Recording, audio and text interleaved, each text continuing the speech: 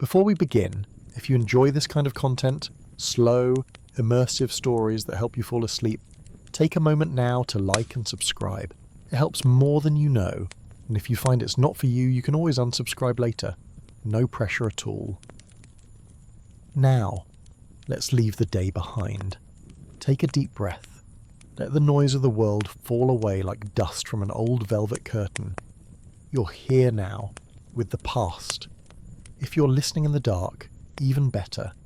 Let the low hum of your fan become the wind off ancient rooftops. Let the warmth of your blanket become the fire of a candlelit chamber. Tonight, we're not reading history, we're stepping into it, quietly, carefully. You're not just hearing a story, you're inside it. So before we begin, take a moment to let your body go heavy. Feel the bed beneath you. Let your shoulders drop. Unclench your jaw. Let your fingers curl loosely. Let your feet fall outward. There's nowhere to be but here. No one to impress, nothing to do. Just this moment, this breath, this story.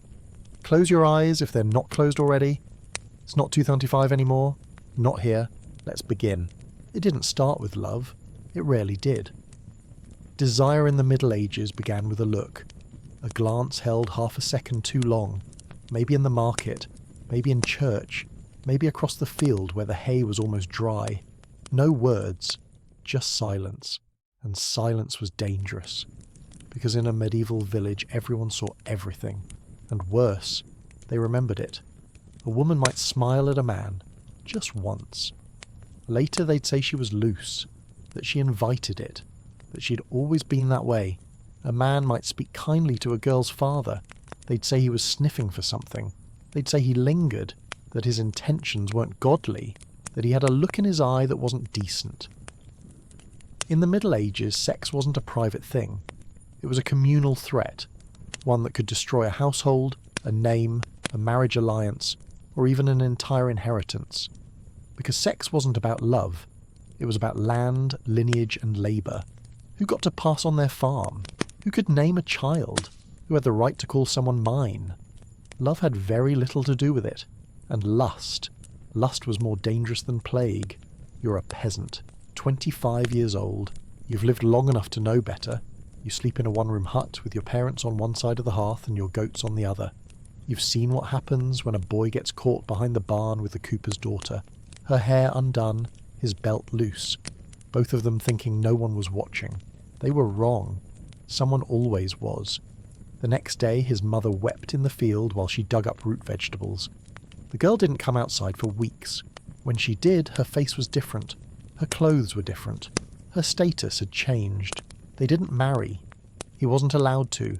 She was sent away, to an aunt, a nunnery, or worse. They didn't talk about her again. But everyone remembered.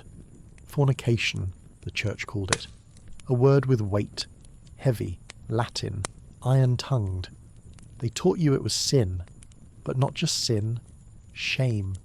A fire you couldn't put out with water. Only repentance. Only punishment. Only suffering. So you learned to stay quiet. You looked, sometimes. But only when no one else could see. Because the cost of a glance wasn't embarrassment. It was excommunication. Or exile. Or a whipping in the town square with your shirt torn open and your name on every lip. But still, desire happened. Because humans are humans, and repression has never been a perfect seal. You met a girl. She smiled. She handed you a piece of bread that wasn't hers to give. You talked to her once by the river, and now everyone watches, everyone waits, not for the wedding, but for the slip. The church taught that sex was only good for one thing, children. And even then, only if you were married, and only if you didn't enjoy it too much. Pleasure was a problem. Wanting it was worse, especially if you were a woman. A woman who liked sex was dangerous, not just for her soul, but for everyone around her.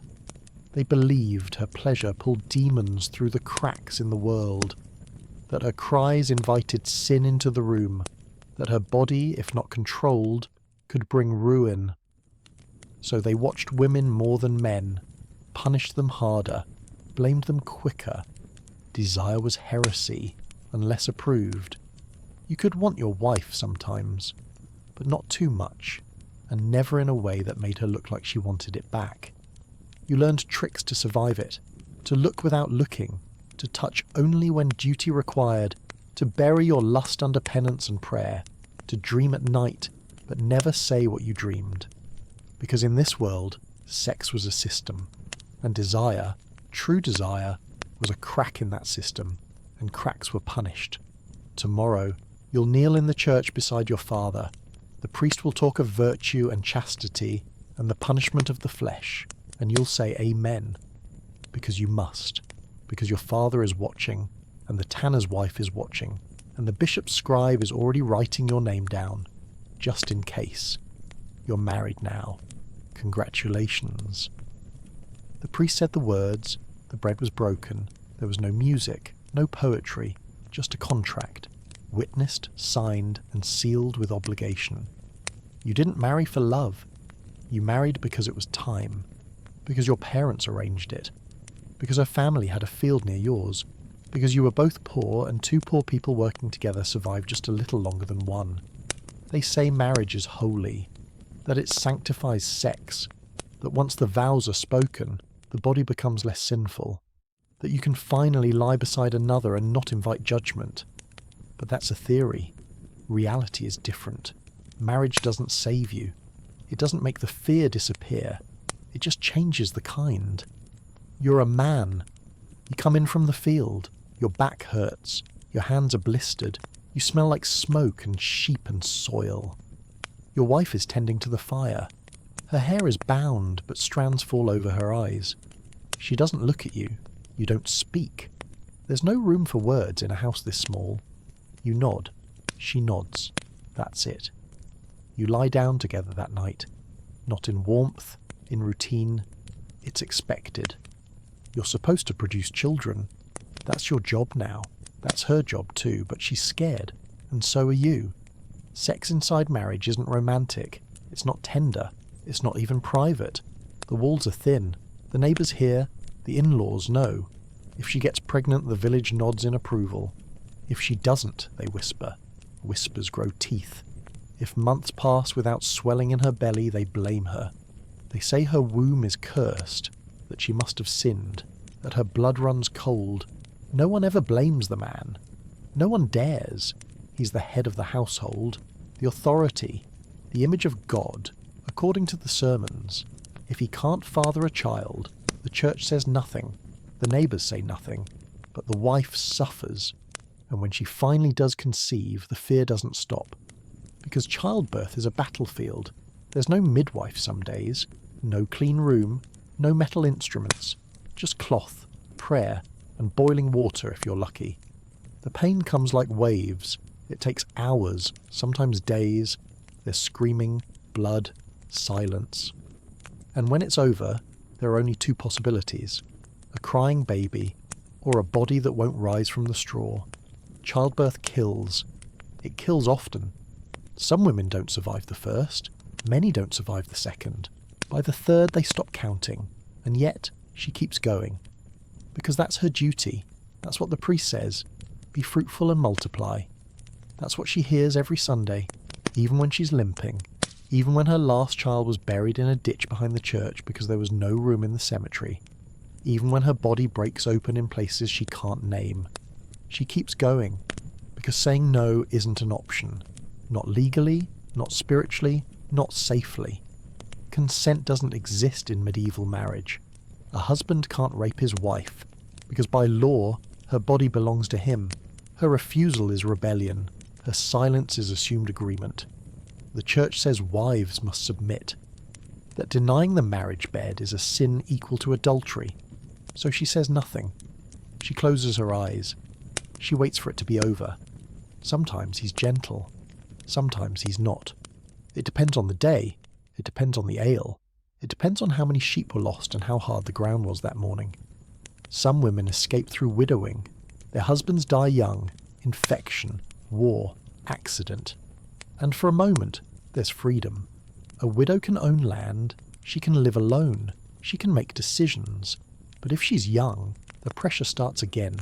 Remarry, reproduce, repeat. Because the village doesn't like single women. They're threats, they're temptations, they're inconvenient. So they match her again, often to an older man, often without asking. There is no love story here, no courtship, no candlelight, just duty and fatigue. Some couples grow fond of each other, eventually, out of habit, out of shared loss, out of the rhythm of feeding chickens and burying children. But even that is rare, because this world doesn't nurture love. It barely nurtures survival, and yet people keep marrying. Because they must. Because to live without it is worse. Because to be unmarried past a certain age invites suspicion. Is she a witch? Is he broken? Why hasn't he taken a wife? Why hasn't she borne a child? So they marry. They share a bed. They lie in silence. And once the act is done, they stare at the ceiling made of thatch and darkness and think of other things. Like hunger, like debt, like death. Marriage doesn't save them. It just binds them in a different kind of chain. Tomorrow they'll rise early, feed the animals, boil barley, mourn the child they lost last winter, and maybe, if there's time, they'll try again. Not for love, not for lust, but because that's what marriage is here, a tired ritual, repeated in the hope that something might grow from it, even if it never does. You're a girl now, 13 maybe, old enough to bleed, old enough to be watched. Your hair is braided tight. Your mother makes you walk with your eyes low.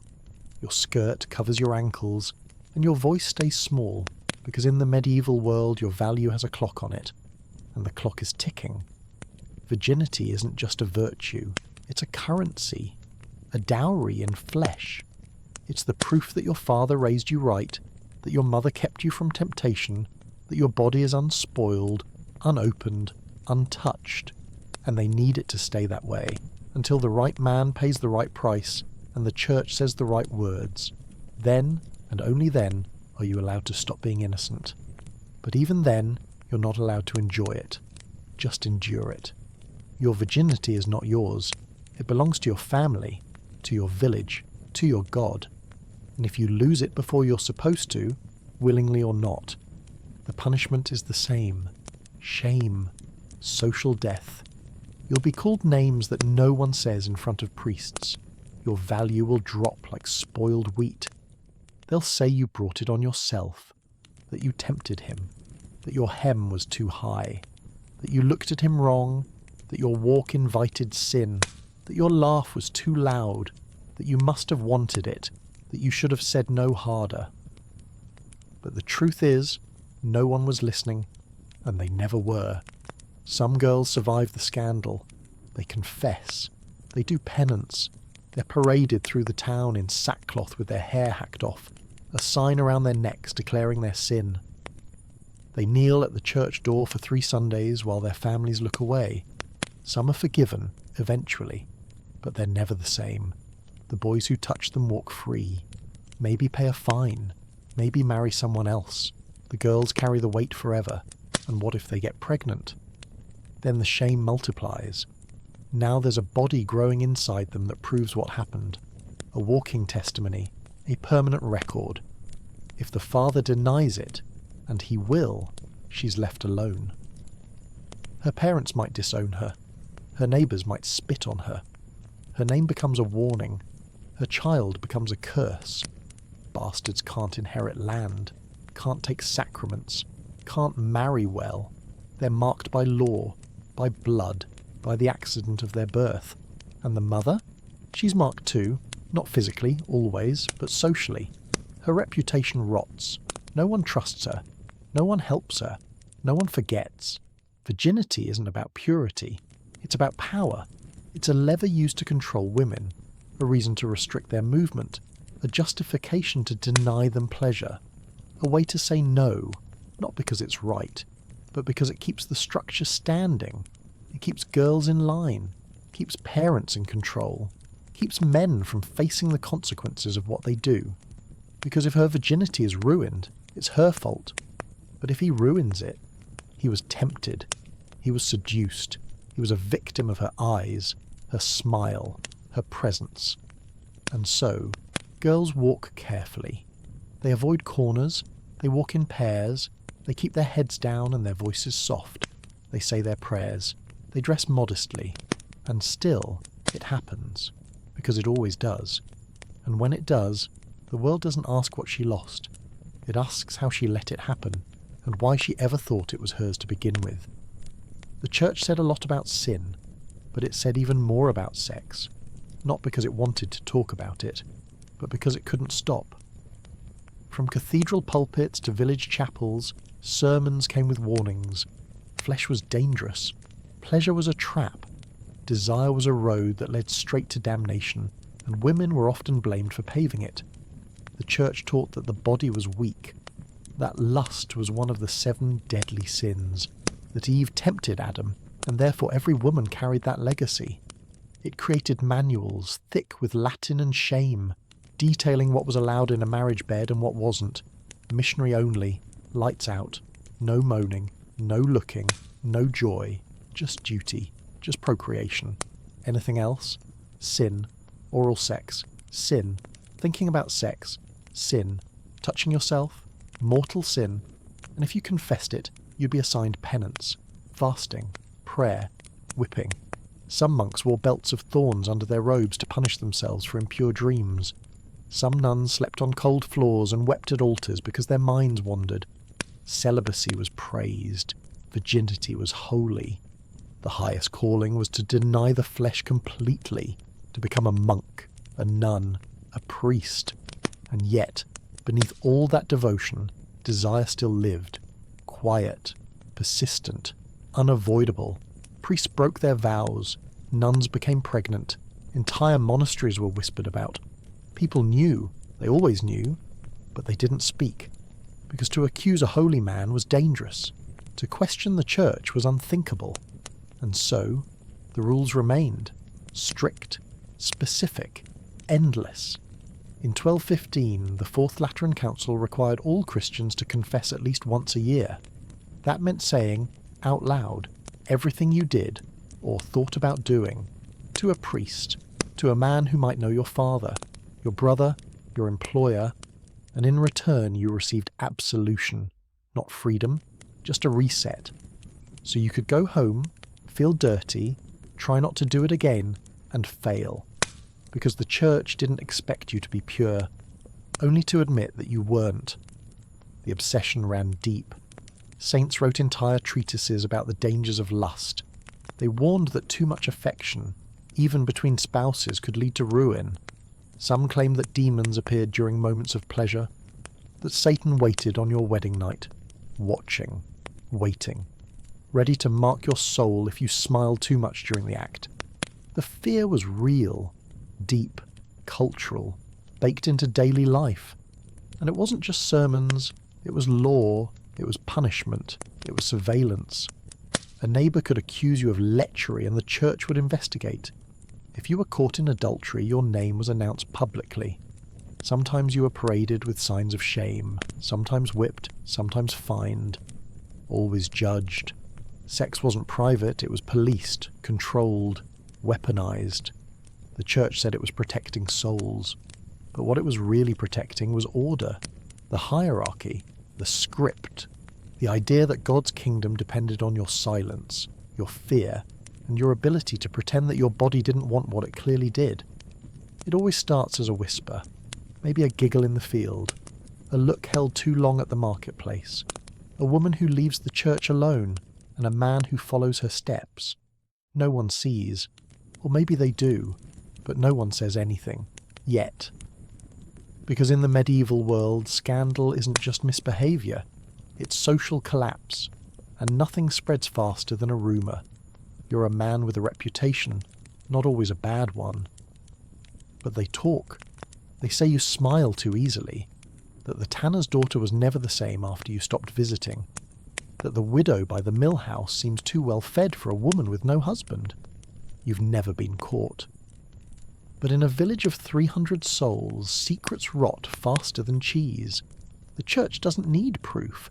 It needs suspicion. A cry of fornication shouted during Mass. A baby born too soon after the wedding. A girl who suddenly stops going to confession and won't meet your eyes anymore. They summon you. Not to a court, not yet. To the steps outside the church. The priest waits. His voice is calm, but his eyes are hard. "There's talk," he says, "about you and Annalise." "You lie. You always do." He nods. "God sees what we don't." You leave with your heart pounding and the sense that God isn't the one you need to fear. Because this isn't just about sin. It's about stability. Medieval life is balanced on the knife edge of survival. Food, water, inheritance, morality. And nothing threatens that like a child with no name. A bastard. That's the word. Heavy, sharp, used like a hammer.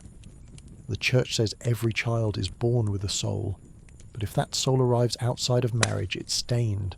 Not forever, but close. Bastards can't inherit land, can't be ordained, can't marry into noble families. They are less. And the mother? She's worse.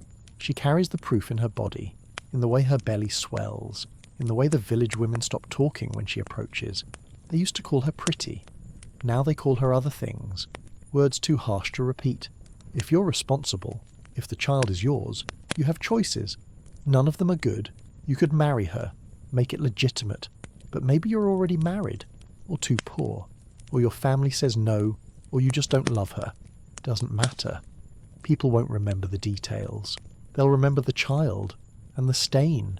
You could deny it, say it wasn't yours, that she's lying, that she's loose, that she's trying to trap you. That's common, safer. For you, anyway. She might name you anyway, during confession, before the priest, before her father, before a village tribunal if it gets that far. She might weep, or she might burn. Some don't survive the shame, not socially, not physically. The punishment varies. If you're a woman and caught, you do penance, publicly, haircut, clothes torn, kneeling at the church door for 3 Sundays with a sign of your sin around your neck. Some towns make you hold your infant. Let them see what you've done. Let them know who not to trust. If you're a man and unmarried, you pay a fine. You might be whipped. You might be ordered to marry her, or forbidden to. Depends on the bishop. Depends on the family. Depends how many eyes are watching. If you're a priest, it's worse. You're not supposed to love. You're supposed to be above all that. And when you fall, when a belly swells in the village and your sermons grow quieter, the church decides how much you're worth. Some are defrocked, sent to monasteries. Some just disappear. And yet, it keeps happening. Because desire is patient. And even in a world bound by rope and prayer, people still reach for each other. And sometimes they reach too far. And sometimes they try to hide it. Midwives know. They see the fear, the bruises, the herbs that end things, the blood that comes too fast. Some help, quietly. Others tell. Because if they don't, they're complicit. The church watches them too. And when a baby disappears, or worse, when its tiny body is found behind the stable, or buried in a shallow grave near the forest path, the whole village feels it like a broken tooth. Infanticide isn't just a sin, it's a curse. They find the mother, they drag her to trial, they don't ask much.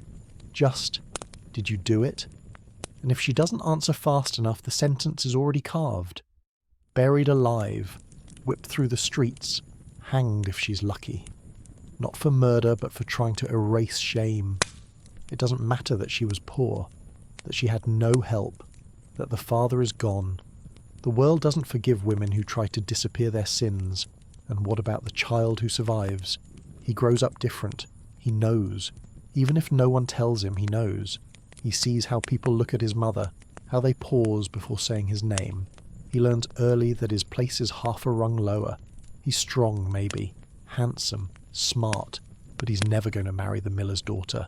He'll never inherit the blacksmith's forge.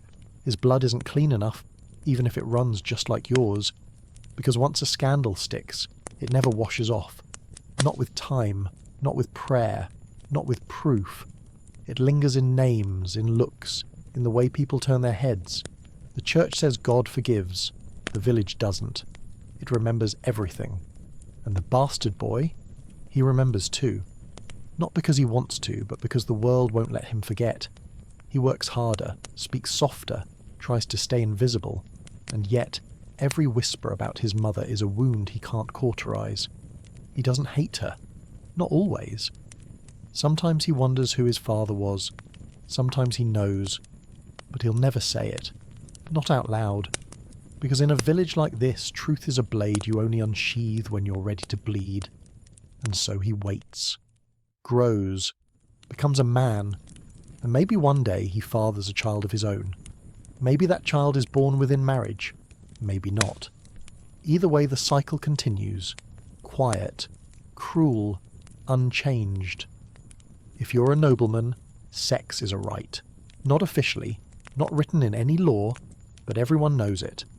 The power flows from your title, your land, your sword, and it touches everything, including the people under your roof. If you want a servant, you take her. If you want the miller's daughter, you summon her. If you want the wife of your steward, you wait until he's gone, and no one stops you, because you're the Lord, because your word is law, and the law doesn't care what happens behind closed doors. It's not called rape. It's not even called scandal. It's called custom. In some places, they whisper about droit du seigneur, the right of the first night, where a lord takes a peasant bride before her husband does. Historians argue whether it was real or exaggerated, but it doesn't matter. The fear was real. The silence was real. And the women knew their choices were few. Obey, submit, survive, or don't. Some fought, some fled, some died. Most stayed quiet. And the church, it spoke in riddles. It condemned sin but bowed to power. A priest might preach against lust on Sunday, then bless the Lord's household on Monday, knowing full well what happened there. Because hierarchy wasn't just social, it was spiritual. The bishop outranked the priest outranked the peasant, and the peasant's daughter, she ranked beneath even the chicken she fed. The clergy were supposed to be celibate, holy, above reproach. But the rules bent easily when no one was looking. Monasteries had secret tunnels. Convents had hidden pregnancies. Priests had housekeepers, who left swollen and silent. Everyone knew. Everyone pretended not to. When a nun gave birth, the baby was smothered or abandoned at the church steps. When a priest was caught, he was moved. Not punished, not named. Just relocated, like a broken chair in a cathedral, quietly removed before the next sermon.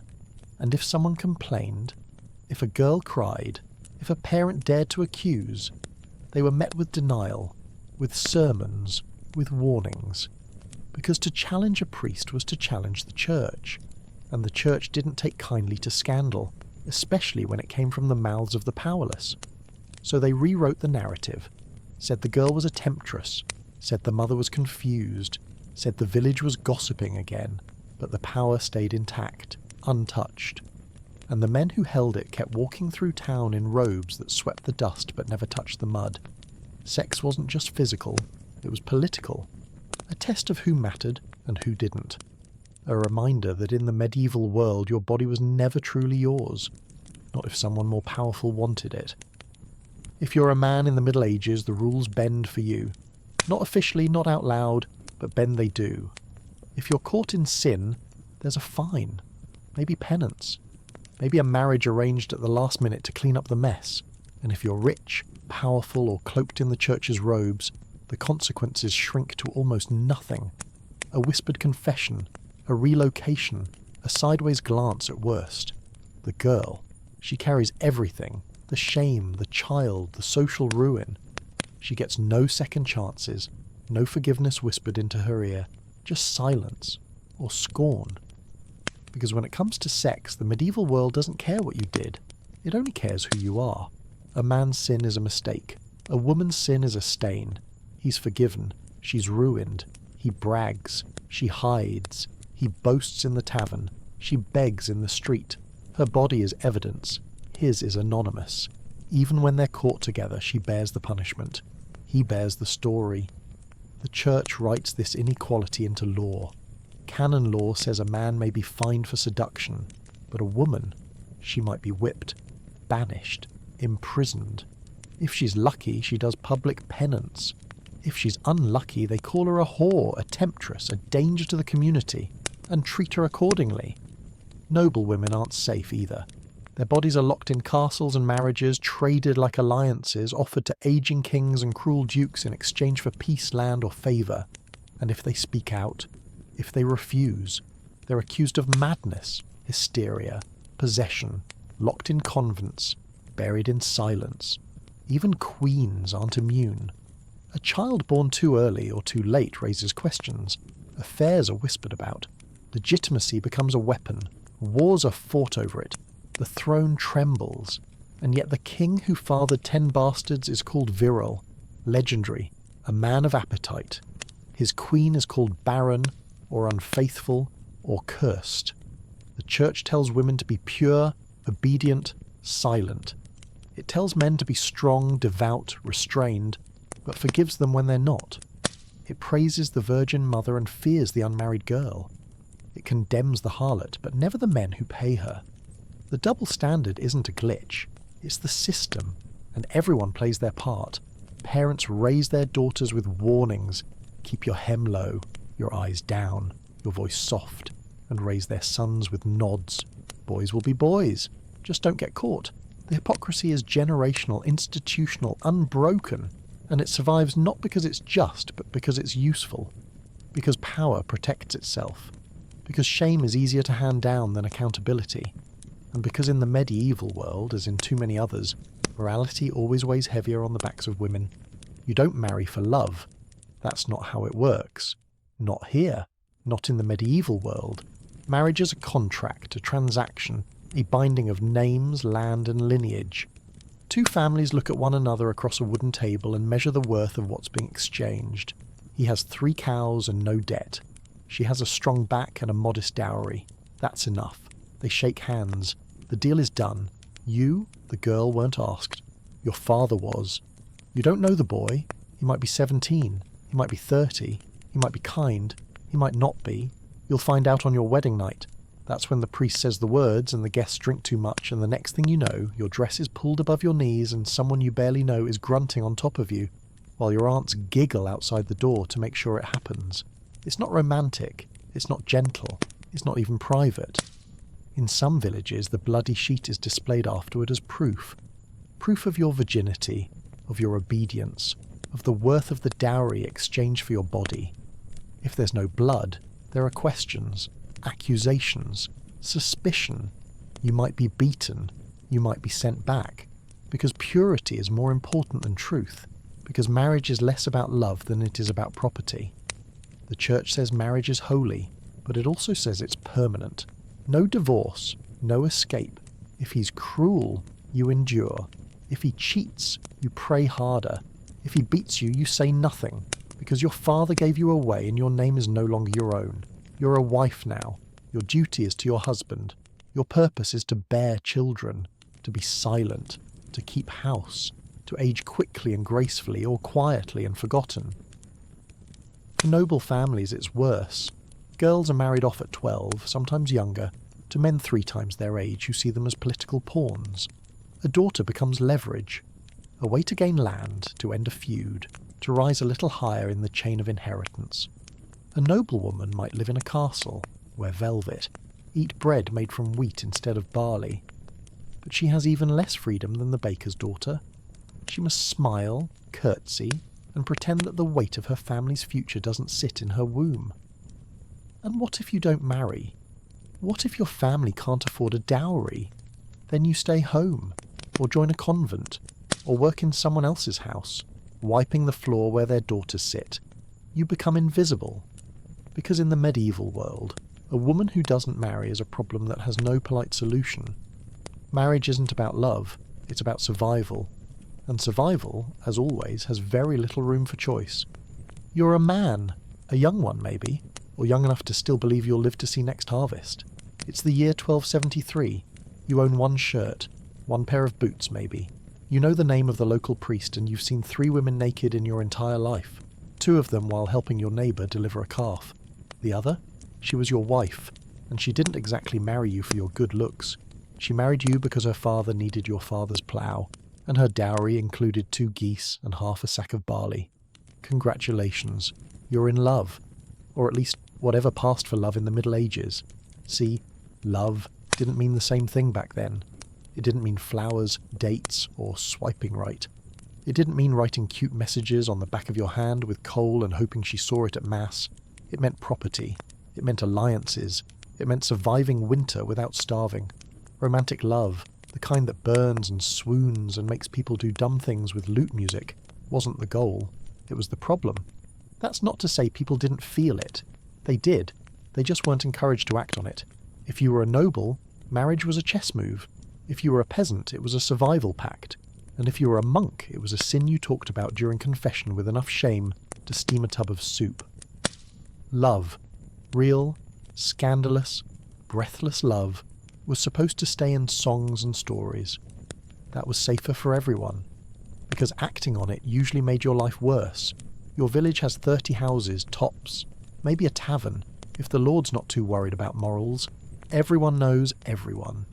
You grow up with the same girls you eventually consider marrying, which makes courtship awkward, especially if they remember that time you ate dung by mistake or cried during thunder. Still, you reach courting age, somewhere around 16 or 17, and you do what you can. You help her father fix a fence. You leave her a flower, dried, brown, vaguely fungal, on her doorstep. You make awkward conversation at the communal well, and maybe, if you're lucky, she laughs. That's flirting medieval style. If she doesn't laugh, you try again with her cousin.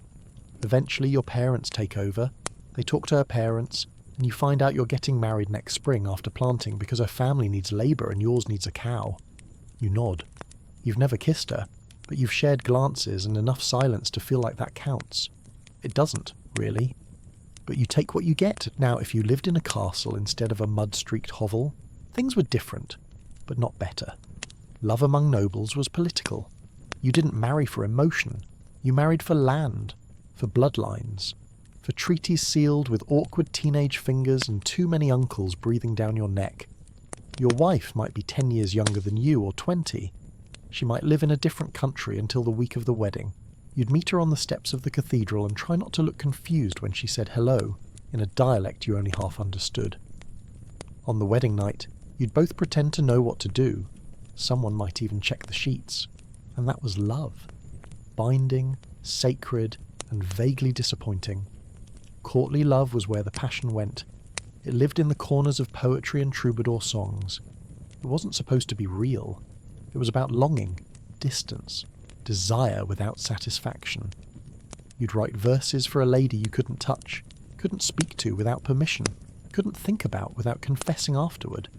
If you were really daring, you'd give her a glove or kiss her wrist. Risky behaviour that could lead to social ruin or worse, exile. But it wasn't supposed to go further. Not unless you were stupid. Or a poet. Usually both.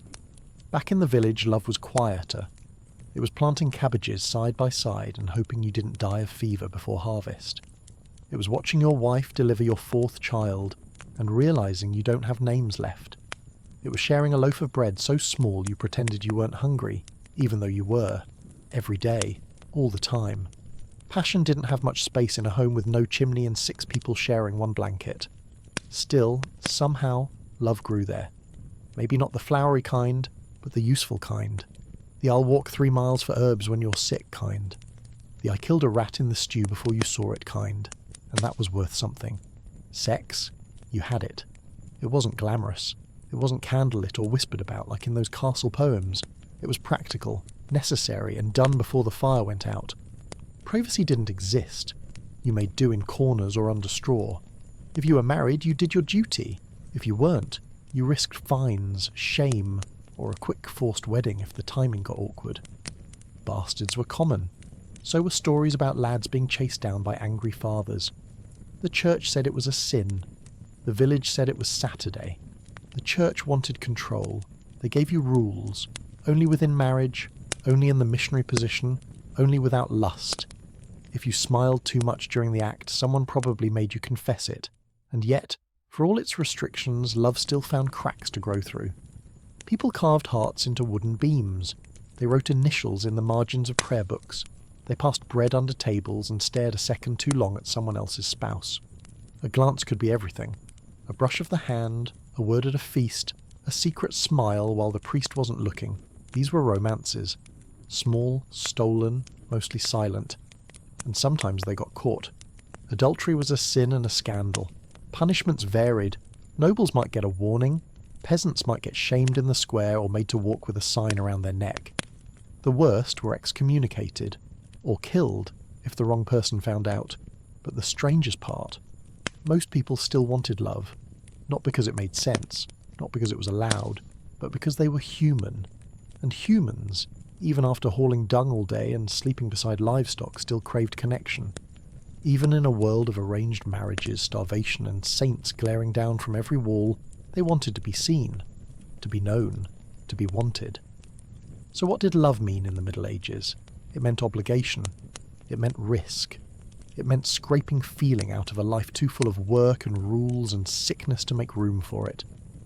But it also meant hope. The kind of hope that hides in corners and waits for quiet moments. The kind that survives even when nothing else does. You weren't supposed to chase it, but you did. And when it came, awkward, clumsy, half-starved, you held on to it like it was the last candle in a cold stone chapel. Because sometimes it was. You learn over time that love isn't just one thing. It's not just glances in a candlelit hall or kisses behind the mill. It's habits, repetition, surviving. Your grandfather loved his wife, but he also couldn't remember her name half the time because she'd had the same name as her sister, and he'd married both. Sequentially, not simultaneously, though you've heard stories about both arrangements. He didn't write her poems. He sharpened her sickle when she was too tired to do it herself. She, in turn, washed his feet every Sunday without complaint, except when he stepped in cow dung again. That was love. No one said it out loud, of course. That would have been ridiculous. Love was something you did, not something you discussed. Talking about feelings was like talking about digestion. Everyone did it, but you didn't bring it up unless something went terribly wrong, and yet people longed for something more. You've heard the songs, passed down from wandering minstrels and old women with suspiciously clear memories, ballads about knights riding across entire countries just to see a lady smile. Poems about ladies weeping into embroidered pillows because their lovers went off to war or married someone with a better dowry. Of course, none of that happened in your village.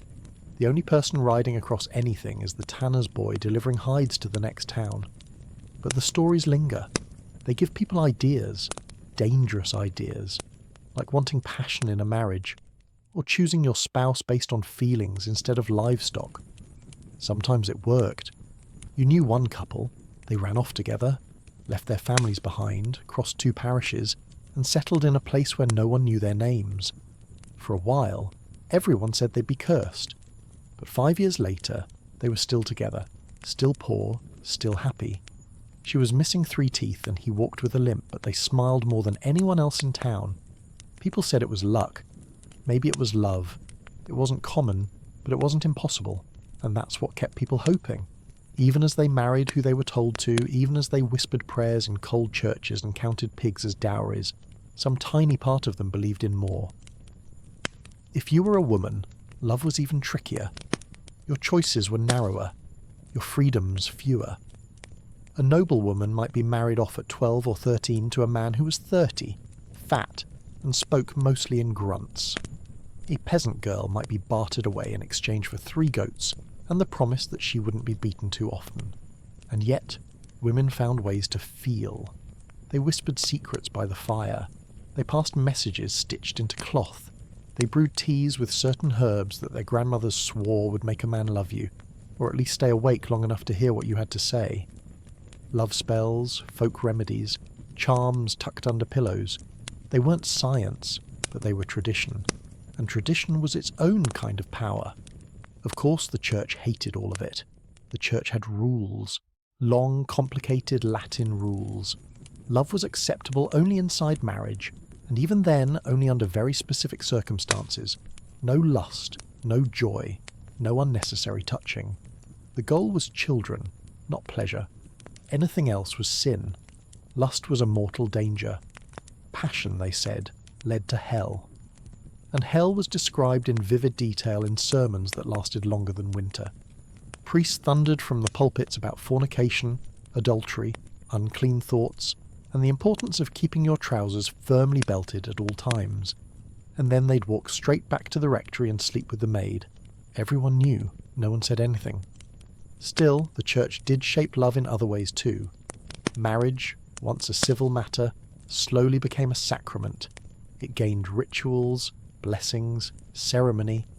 You'd stand before a priest, say a few words in a language you didn't understand, and walk away legally and spiritually bound, until death, or until someone caught you with the widow from 3 doors down.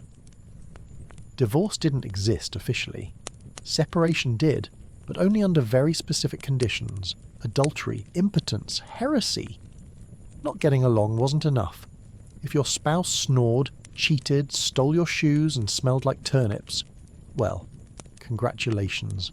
That was your burden, and you were expected to carry it with grace. That said, people got creative.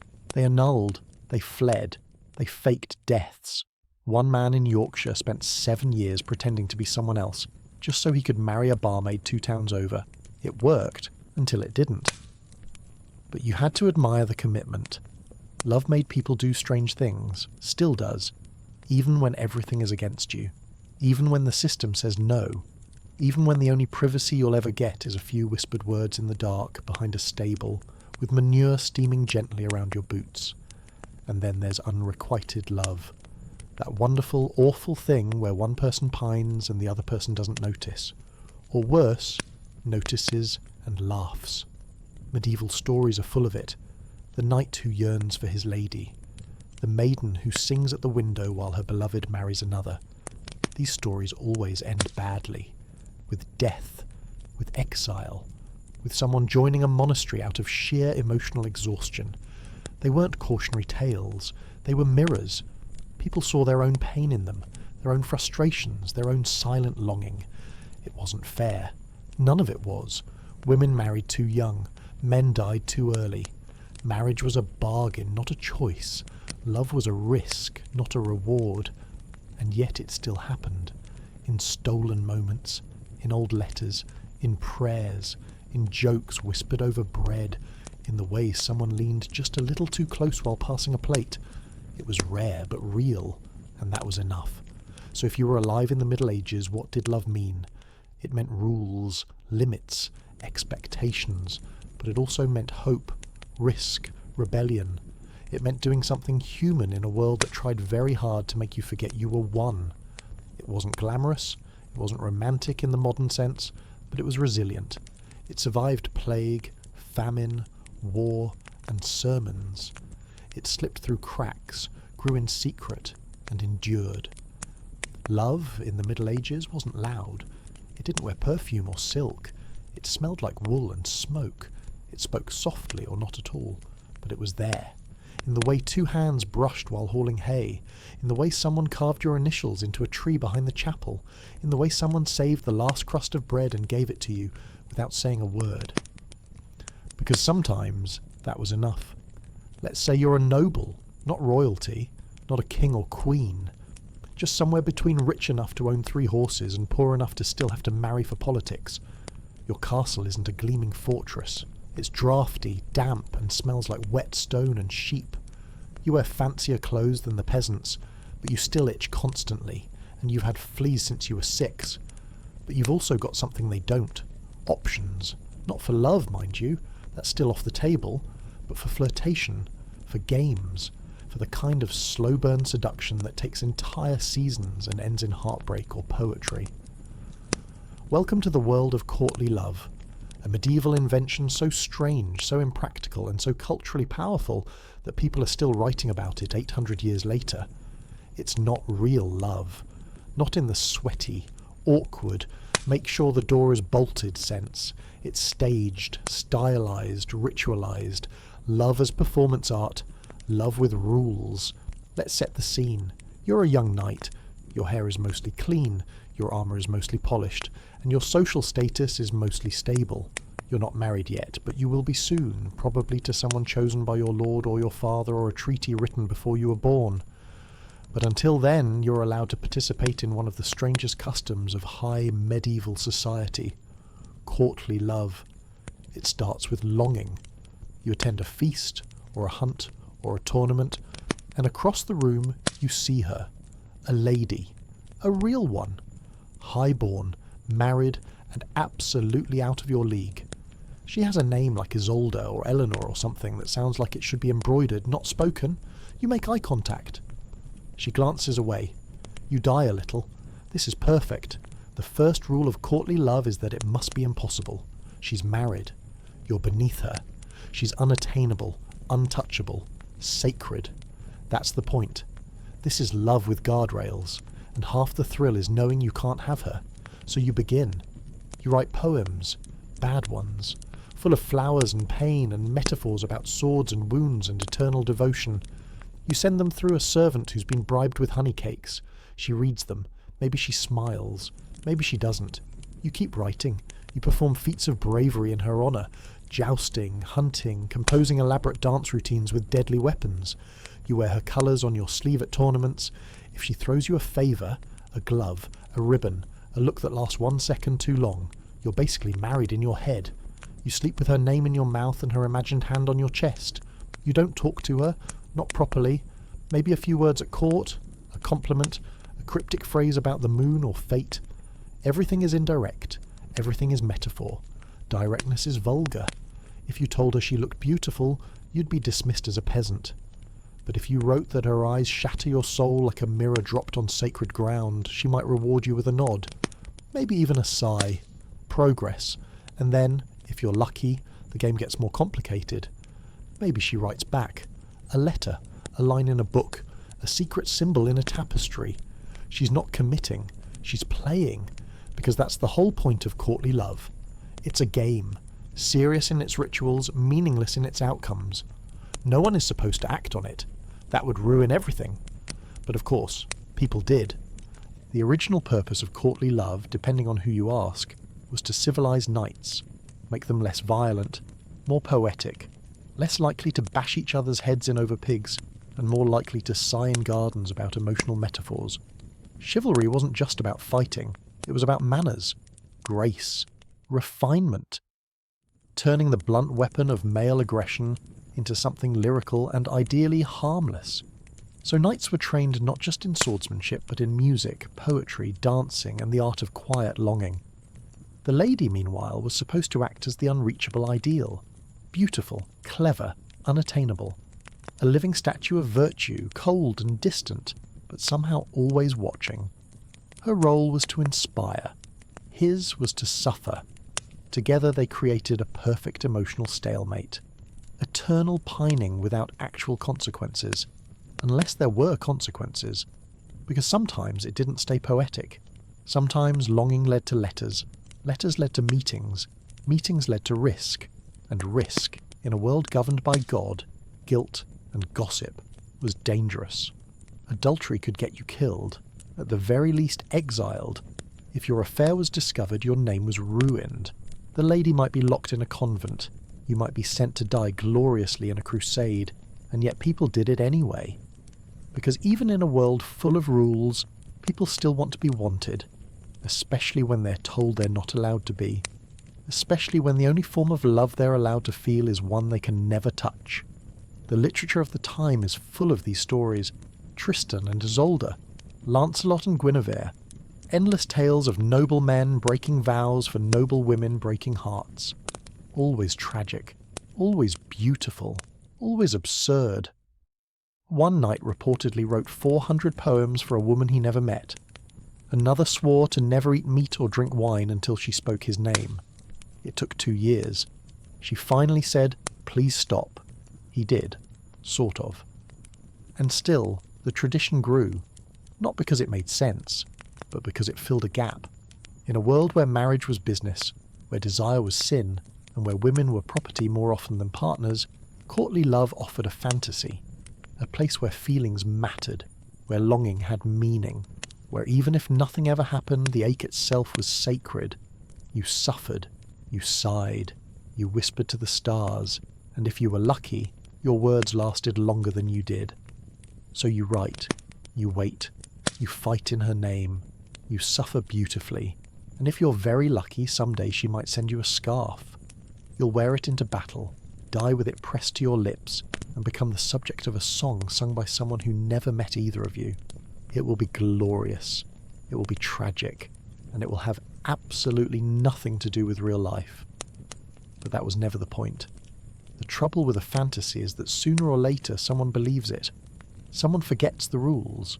A knight decides to kiss the lady's hand when no one's looking, or a lady sends a love poem that's a little too real, and her husband finds it. And suddenly, what was supposed to be poetic suffering becomes actual suffering. In the best-case scenario, someone gets sent to a monastery. In the worst, someone ends up headless. And yet, this didn't stop anyone. Because courtly love, as absurd and doomed as it was, gave people something they weren't getting anywhere else. Attention. In a world where you were married off like livestock, where women were legal extensions of their fathers or husbands, and where men were expected to suppress everything but ambition and appetite, courtly love gave people a space to feel special, even if it was fake, especially if it was fake. The rules kept you safe, until they didn't. By the 13th century, courtly love wasn't just a pastime. It was a whole cultural language, a script. There were manuals, literally. Writers like Andreas Capellanus wrote step-by-step guides on how to flirt with noblewomen while staying technically sinless. These included advice like, always praise her eyes, never speak directly of lust, and never, under any circumstances, touch her without permission, unless the poetry gets really good. This was taken seriously. Entire courts judged people based on how elegantly they longed. A well-placed sigh could make or break your reputation. If you got too forward, you were vulgar, too shy, and you were dull. The perfect courtly lover was constantly suffering, but in an attractive, noble way. Think brooding by a window while clutching a lute you don't know how to play. And it wasn't just the men. Noble women played the game too.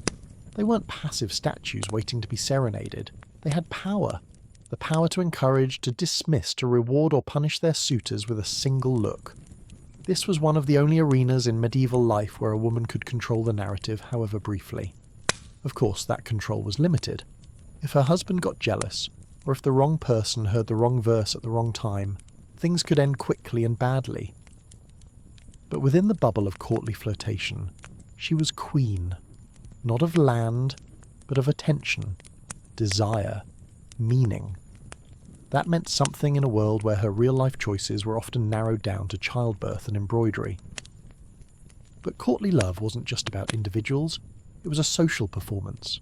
The entire court watched. They read the poems, heard the songs, whispered about the latest infatuations like it was politics, which it kind of was. A well-received flirtation could raise your status.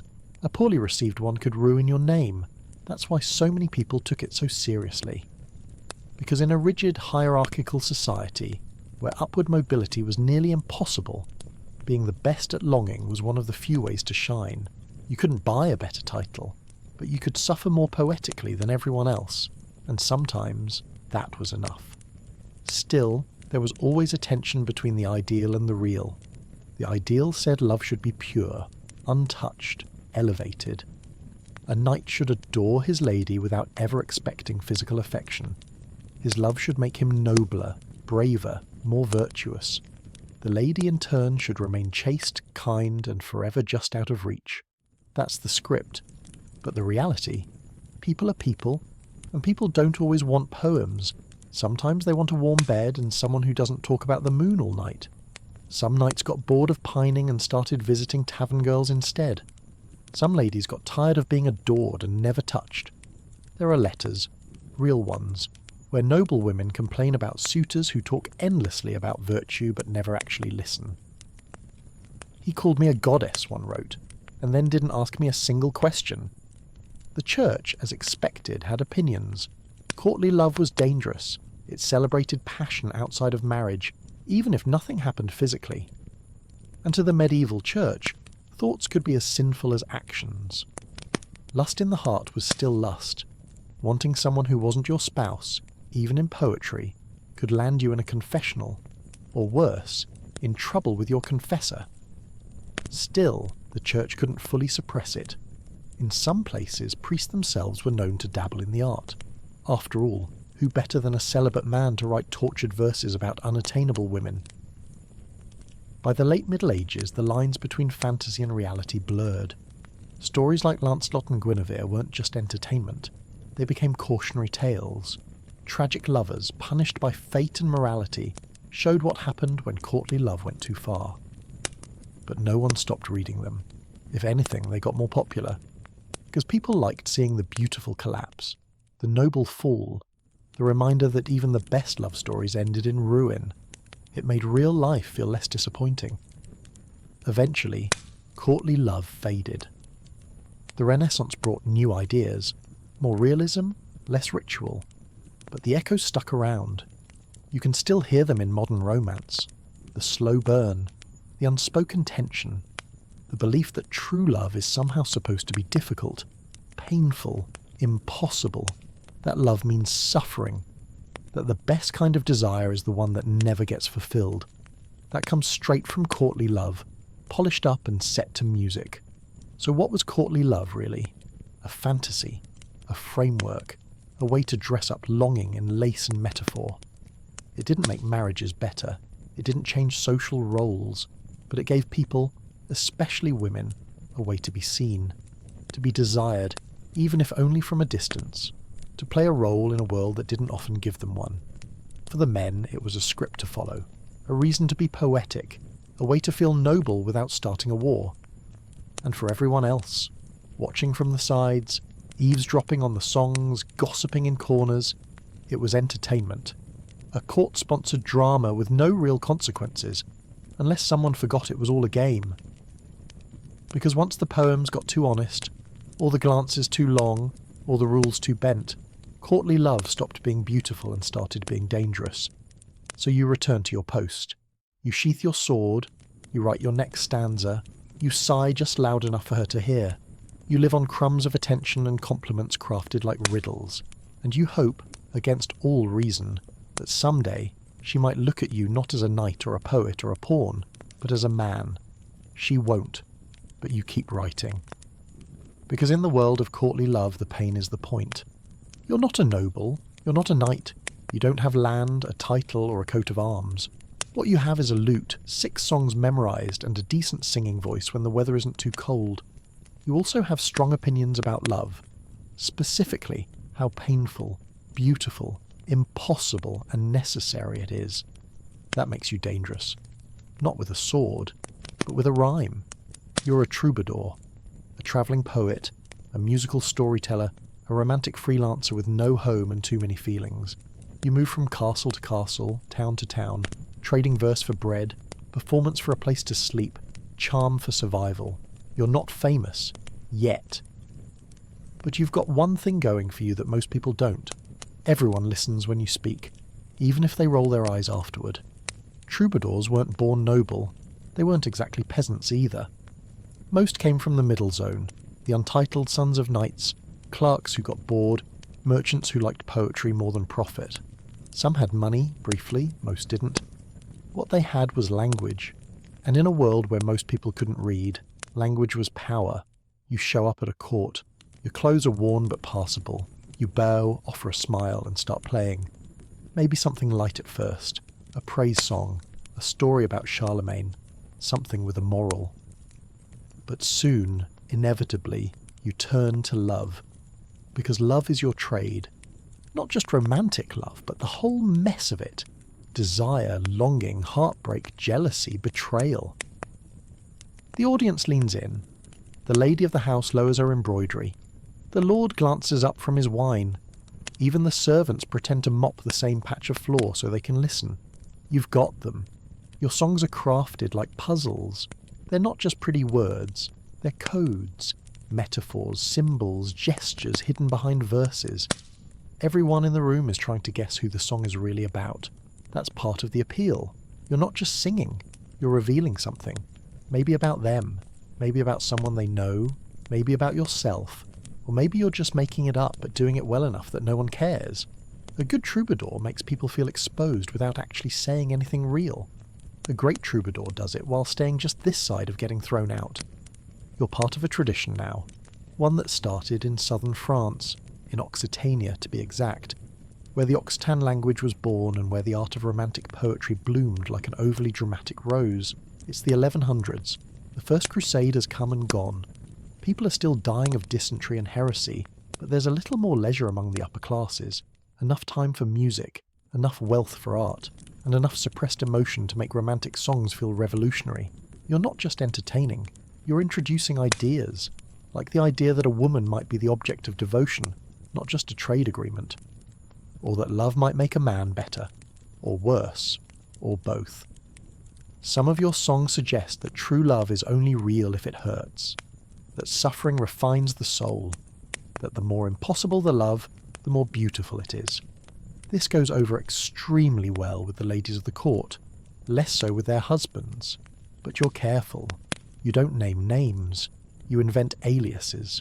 You refer to women as my star or my sun, or the lady who walks with roses, even if she mostly walks with a limp and smells like pickled onions. It doesn't matter. In the song, she's eternal. In the song, she's divine. That's the magic. You turn ordinary people into legends for 3 minutes at a time. They eat it up. They pay in coins, sometimes in kisses, occasionally in favours that require you to leave town by dawn. You sleep where you can. Barns, servants' quarters, the floor of the castle chapel, if no one's watching. You eat what you're given. Stale bread, cold stew, the occasional feast when a noble gets sentimental. You perform constantly, at meals, at weddings, at the bedside of sick patrons who want one last poem before they cough themselves to death. You make people feel seen, desired, important, and then you move on, because you're a troubadour, and troubadours don't stay. They wander, they watch, they remember, and they sing about it later in someone else's hall. Not all troubadours were men, some were women, trouberites, as they were called. Their songs were sharper, often sadder, and more honest than their male counterparts. They sang about being locked in marriages they didn't choose, about being admired but never heard, about loving men who promised poems and gave nothing but silence. They were rare, but powerful. When a trouberite sang, everyone listened, because her pain wasn't abstract. It was daily, lived, known. Still, the life of a troubadour wasn't romantic. Not really. You were broke, vulnerable, always one sour note away from getting tossed out. You relied on patronage, on the generosity of the very people you gently mocked in your verses. You had to flatter them just enough to stay employed, but not so much you lost your edge. You were respected, but not protected. You had no land, no title, no army, just your voice. And in a world that rewarded power and punished poverty, that wasn't much. But it was enough. Sometimes. Because when you sang, the room changed.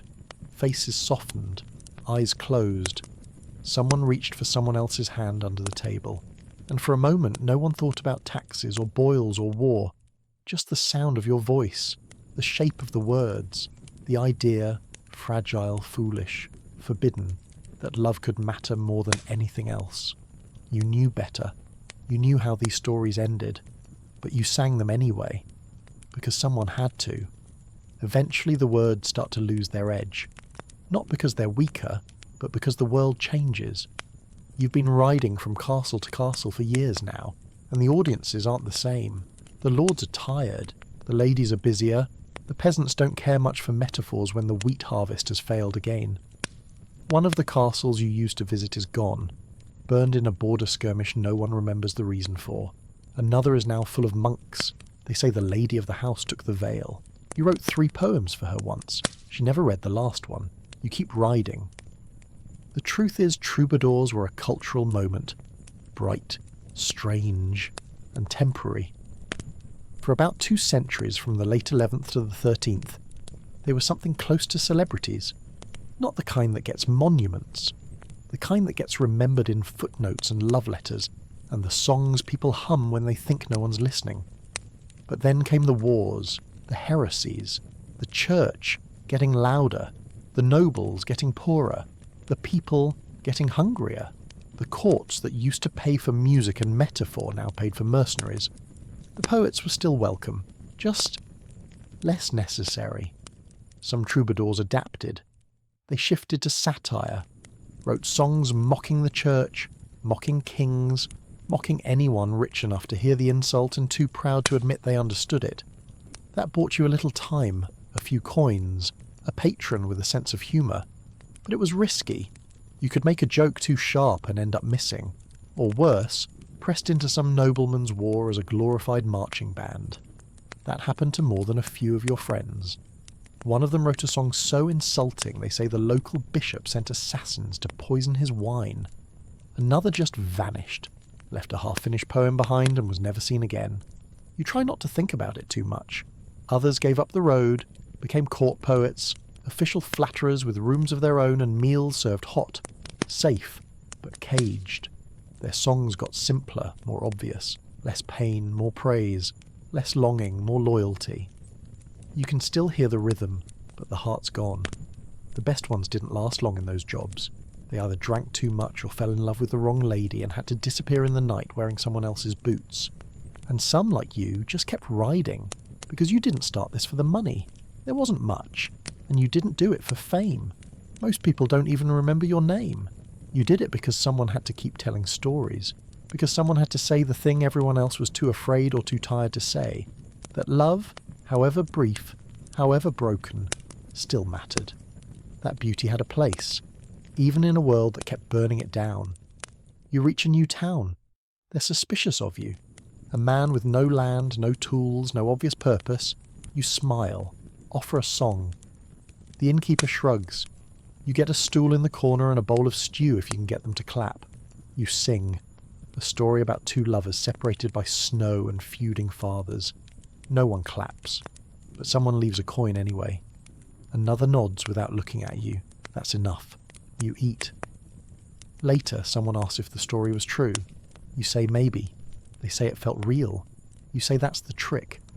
The thing is, troubadours didn't invent heartbreak. They just framed it, gave it structure, gave it rhyme. They turned longing into a shape people could carry with them. A verse to whisper when walking alone. A chorus to remember when the night got too quiet. They weren't heroes. They weren't even honest most of the time. But they made the pain feel noble. And in a world where almost nothing noble ever reached the poor, that was something. You've slept in more barns than beds, eaten more turnips than meat. You've written songs no one heard and sung for crowds who forgot your name before you finished the verse. But you also saw a woman weep when you sang about a husband lost in battle. You saw a boy smile when you rhymed his name with bravery and bread. You saw two people glance at each other and blush during a chorus about secret meetings behind church doors. You did that. With nothing but words and a stringed instrument that barely holds its tuning. That's power in its own way. But the world keeps turning. The printing press is a rumour, but it's coming. Literacy spreads. Music changes. Poetry becomes something written, not sung. You see it happening slow and steady like rain creeping through the roof. Someday someone will collect your songs. Maybe. Write them down. Maybe change the words. Maybe say they came from someone else. That's fine. You never sang for credit. You sang so someone would feel something. And they did. You're older now. Your voice isn't what it was. You miss notes sometimes. Your fingers hurt when it's cold. But you keep moving. Because there's always one more town, one more feast, one more lonely soul who needs a song. They don't want the truth. They want the shape of it, the rhythm, the lie that feels like it could be real. That's what you give them. So you ride. Your cloak is threadbare. Your boots are cracked. Your heart is mostly memories and lyrics you forgot the ending to. But you still have your lute. Still have your voice. And somewhere, in the next village or the next life, someone's waiting to hear you sing about the kind of love that doesn't exist anymore, if it ever did. And they'll listen, just like always. You've left the castle, left the poems, left the ladies behind with their embroidered sighs and veiled glances. There's no music here, no ribbons, no tournaments, just the stone, cold, smooth, heavy, the kind that echoes when you breathe too loud. You're in a monastery now, a cell, a real one. No bars, just stone and silence. And if you came here hoping for peace, you came to the wrong place. Because here, in the stillness, you'll find a war, not between nations, between flesh and spirit, between what you want and what you're supposed to be. And in that war, love is the most dangerous weapon of all. You wake up before dawn, not because you want to, but because the bell tells you to. The bell always tells you, time is not your own anymore. It belongs to the rule of Saint Benedict, a document written centuries ago that now governs every moment of your existence. You don't rise quickly, no one does. The cell is cold, your blanket is thin, your joints ache from sleep pressed against a straw mat, and your own guilt. You dress in silence, robe, belt, hood, no shoes. You move through the halls like a ghost who regrets becoming a monk. First comes prayer, then more prayer, then work, then more prayer. The entire day is broken into liturgical hours, matins, lauds, prime, terce sext, none, vespers, compline. Each one another opportunity to chant the psalms, to hear the scriptures, to beg for the strength to not want anything, especially not love. Because in here, love is dangerous. It's a crack in the wall, a gap in the armour, a softness that leads to sin. The monks are men, some old, some young, all broken in different ways. Some came here to escape the world, others were sent here, political enemies, unwanted sons, bastards too costly to marry off, and some, rare ones, came here because they believed, truly, deeply, enough to give up everything they ever wanted in the hope of touching God.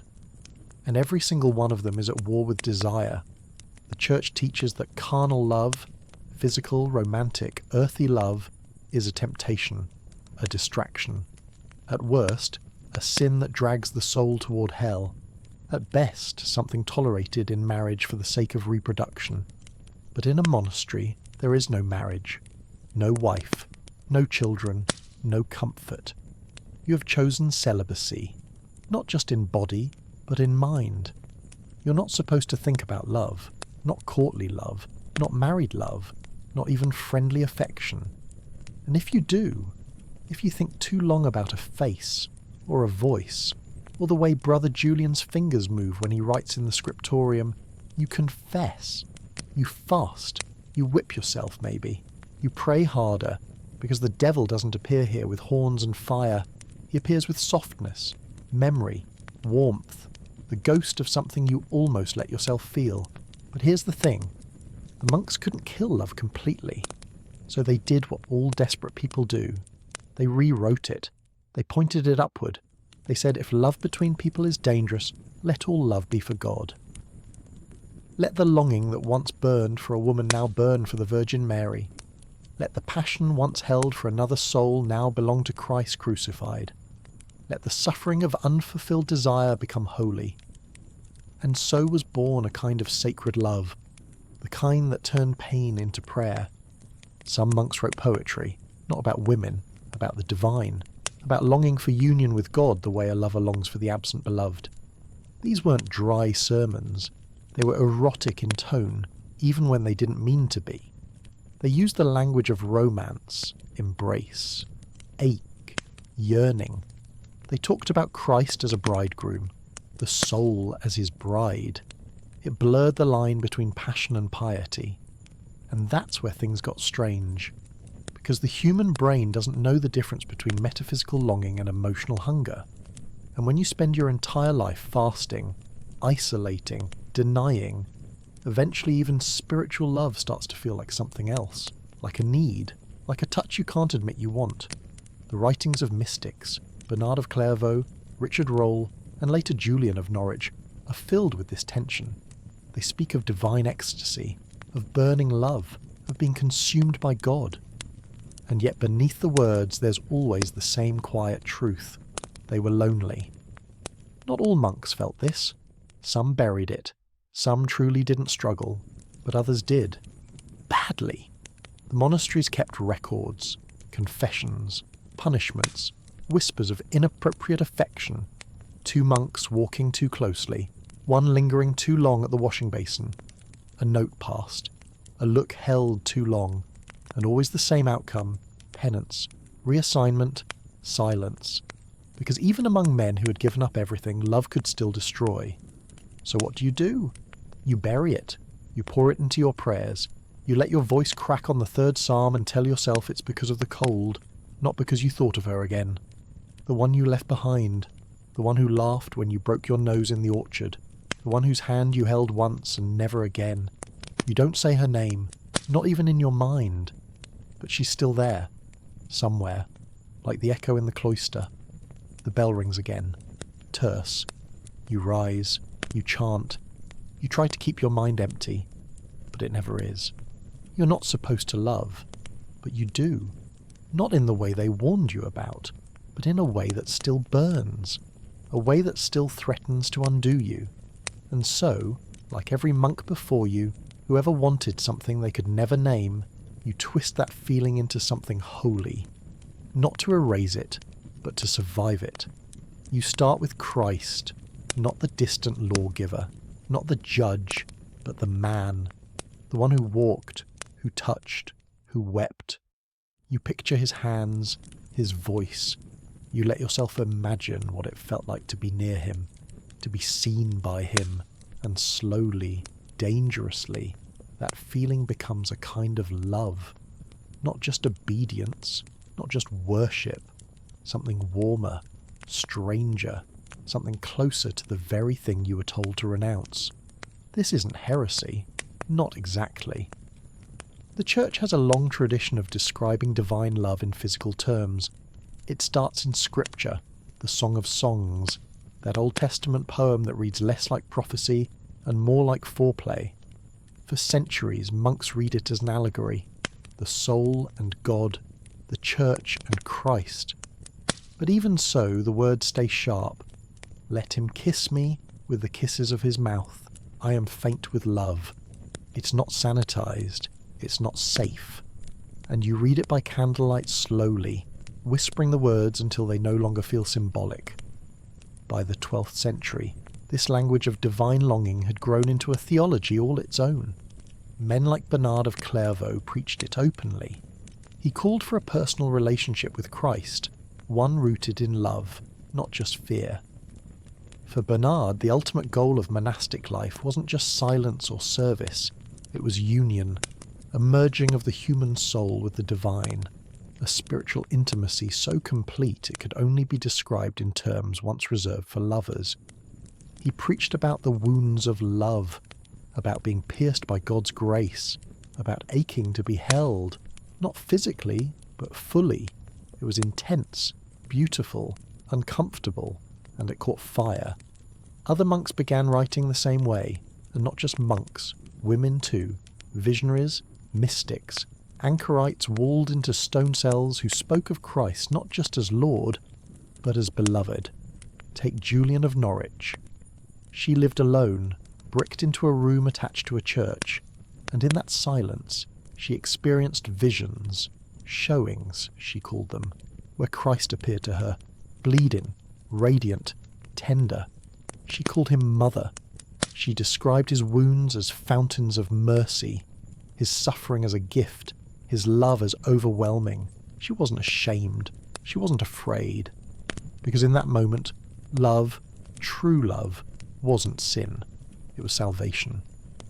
Then there was Mechtild of Magdeburg, a beguine, not a nun, independent, radical, and consumed by devotion. She wrote in German, not Latin, for the people. She described her soul as a bride yearning for Christ. She said things most priests wouldn't dare whisper. She spoke of being held by God in secret places, of melting into his presence. Her words sound like poetry. But they were confessions, testimonies, evidence that even the holiest life still hungered. For these women, and for monks like them, devotional love was a way out, a way to take the dangerous fire of passion and aim it toward heaven. It didn't make the feelings vanish. It made them sacred, a different kind of desire, but still desire. And the Church, mostly, allowed it, encouraged it even.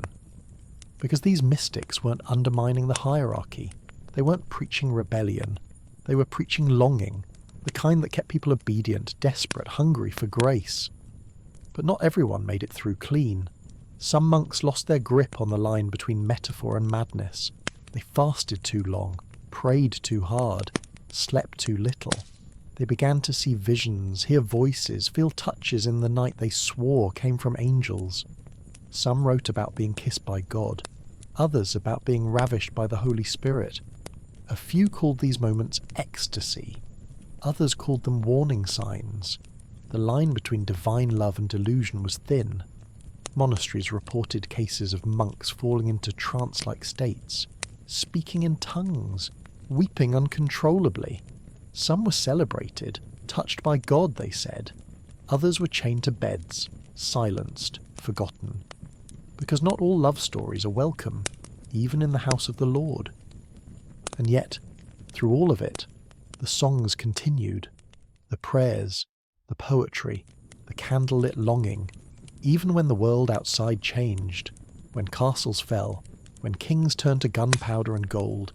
Inside the cloister, monks still whispered the name of Christ like it was a secret they had to keep falling in love with just to survive. You're older now. Your knees ache from the floor. Your voice trembles on the psalms. But the feeling hasn't left. That pull, that hollow ache in the chest that tells you something is missing. Something always out of reach. You call it God. You've always called it God.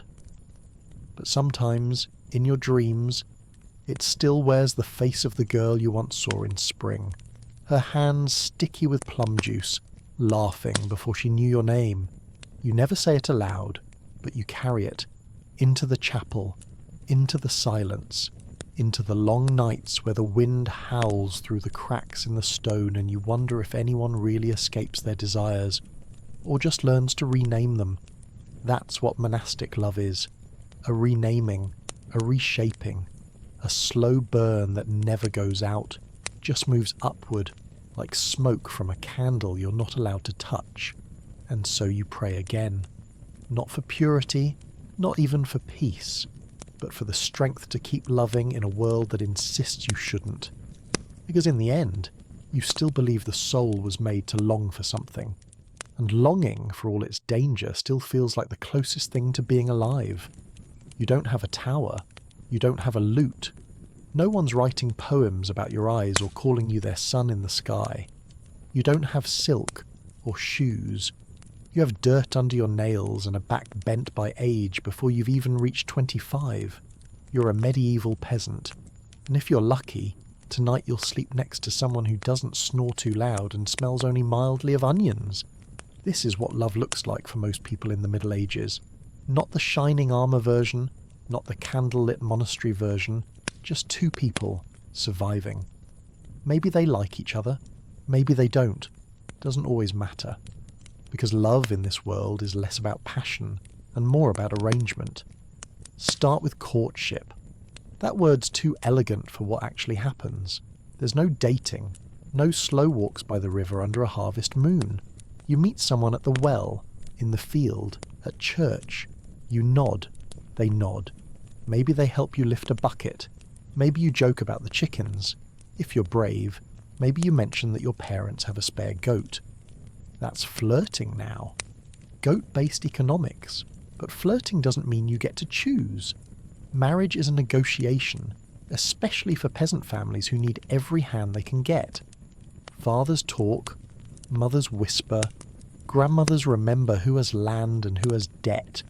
You might be 16, maybe 15, old enough to carry a sack of grain, old enough to marry. That's the logic. There's no room for childhood here. Childhood is what you trade for a roof. Sometimes you're betrothed before your first real tooth. Promised off to the son of the neighbour 2 fields over because your fathers drink from the same jug and both think the other's pig has decent bloodlines. The arrangement is sealed with a handshake, maybe a bit of coin, and that's it. Years later, when you and the boy are taller and smell slightly less like compost, they remind you that you're getting married. You shrug. You probably didn't expect anything different. If you're lucky, you like the person. If you're really lucky, you love them. That happens. Not often, but enough. You smile when they pass, you save the nicer turnip for them. You whisper things that would get you slapped if your priest heard them. You sneak out after curfew, steal a kiss behind the barn, risk your soul for 3 minutes of warmth under the stars. It's foolish, dangerous, sometimes worth it. Of course, not all unions are soft. Some are forged out of necessity, or fear, or pressure, and not everyone is kind. Love doesn't protect you from hunger, or violence, or disappointment.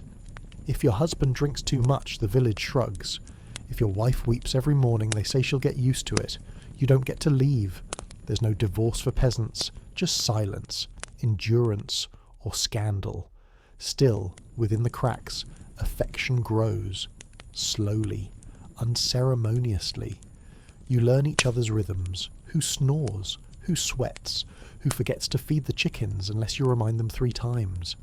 You laugh, sometimes. You fight, often. You sleep back to back in winter. You wake to the sound of your children coughing and wonder if they'll make it to spring. You work, you try. You hold hands when no one's watching. Sometimes that's enough. There's no Valentine's Day, no sonnets, no rings, unless you're lucky or sentimental. But there are tokens, a carved spoon, a braid of dried herbs, a bit of wool dyed clumsily in crushed berries, gifts that mean, I thought of you when I had nothing else. That means something. Church law says you have to marry in public, with witnesses, a priest if you can find one. But plenty of peasant couples skip the priest and just declare themselves married in front of neighbours. It's called hand fasting, and it's enough. 2 hands joined, a vow spoken, a promise, loud enough to be remembered. That's marriage for you.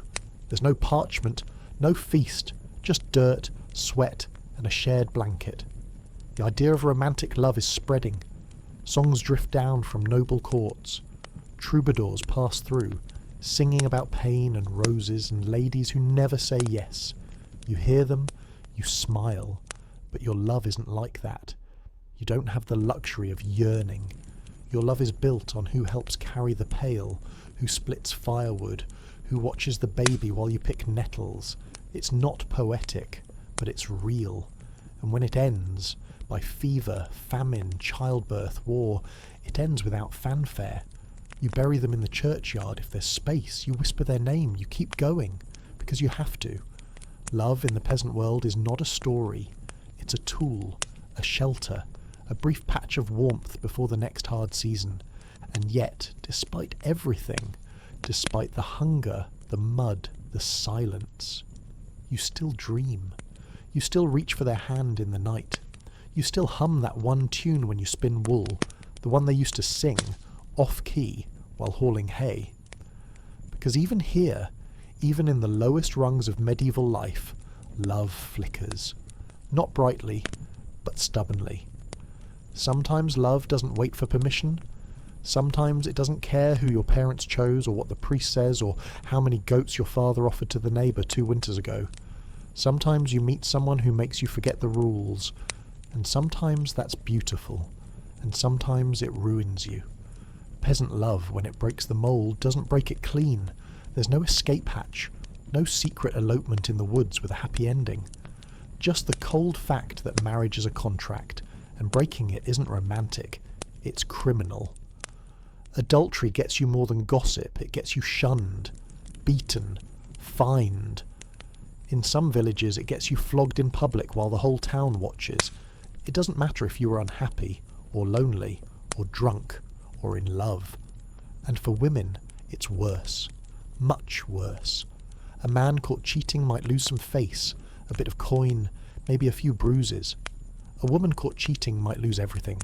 Her home, her children, her life. She becomes unclean, untouchable. If she's lucky, her husband takes her back in silence. If not, she's put out like a dog. If she's pregnant by another man, she might vanish, into a nunnery, into the woods, or into a ditch. But even if you're not married, love is still dangerous. Because love leads to touch. Touch leads to scandal. And scandal leads to hunger. A child born outside marriage is a mark you can't wash off. You might try to hide it, deny it, Pretend it was a cousin's baby, just visiting. But everyone knows. The midwives know, the priest knows, and the child will grow up hearing the word bastard like it's their surname. And yet, it still happens. Because people are people. Because warmth is warmth. Because sometimes love doesn't come when it's convenient.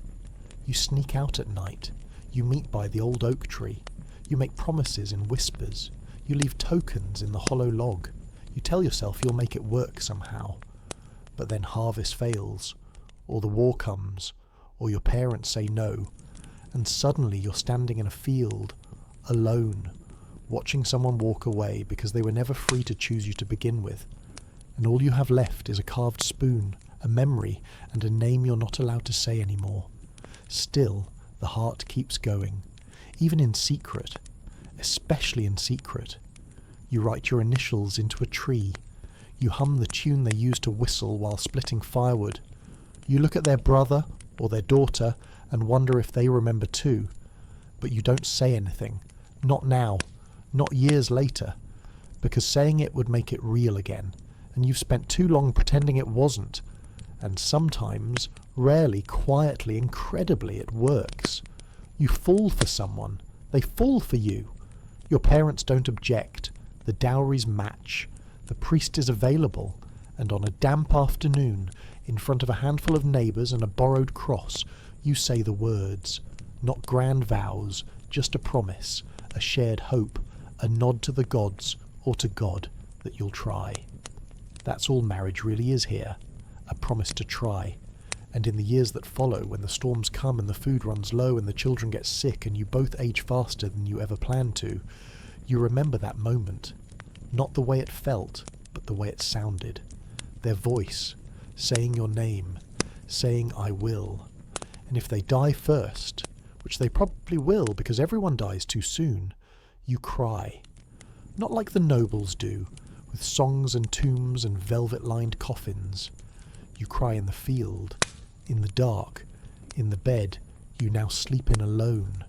You wear their shirt until the smell fades. You talk to them under your breath while you churn butter. You keep their knife sharp, their boots mended, as if they'll come back any day. And then one day, they do. For a moment. A dream. A memory. The way their hand felt when it wrapped around yours on the first frost of winter. You open your eyes, and they're gone. But your heart beats once. Hard. Like it remembers how to feel warm. That's love for people like you. It's not pretty, not poetic. It doesn't fit into songs or stories, but it's real. And it holds, even when the roof leaks, even when the baby dies, even when the neighbours talk, even when the wind carries their name away, and you're the only one who still says it. And maybe, just maybe, that's enough. You thought love was a private thing, a shared look, a secret meeting, a whispered promise in the dark. You were wrong. Because love, once seen by the church, becomes something else. Something owned, something counted, taxed, and corrected. And the moment two people say, I do, it's not just a vow, it's a theological decision. The early medieval church didn't care much about marriage. Not at first. It was a local matter. Families arranged it. Neighbours witnessed it. Priests might bless it, but they didn't run it. Two peasants could say vows in a field, and as long as someone heard them, it counted. No rings, no documents, just words, and the hope that no one lied. But the church never liked being left out of anything, and by the 11th century it began to tighten its grip. Marriage, they said, wasn't just a contract, it was a sacrament, like baptism, like communion, sacred, unbreakable, and that meant it had to follow rules, church rules. They started slow. First, they banned consanguinity, marrying too close in blood. Used to be, you could marry your cousin, maybe even a niece if no one asked too many questions. Now, forbidden. 7th degree of relation. That's your 4th cousin, sheep herder's uncle's stepson. Too close, forbidden. The rules were confusing, that was the point. Because confusion means you need someone to explain. And the church was happy to do that, for a fee. Then came bans on clandestine marriages. No more secret hand-fastings. No more nighttime vows.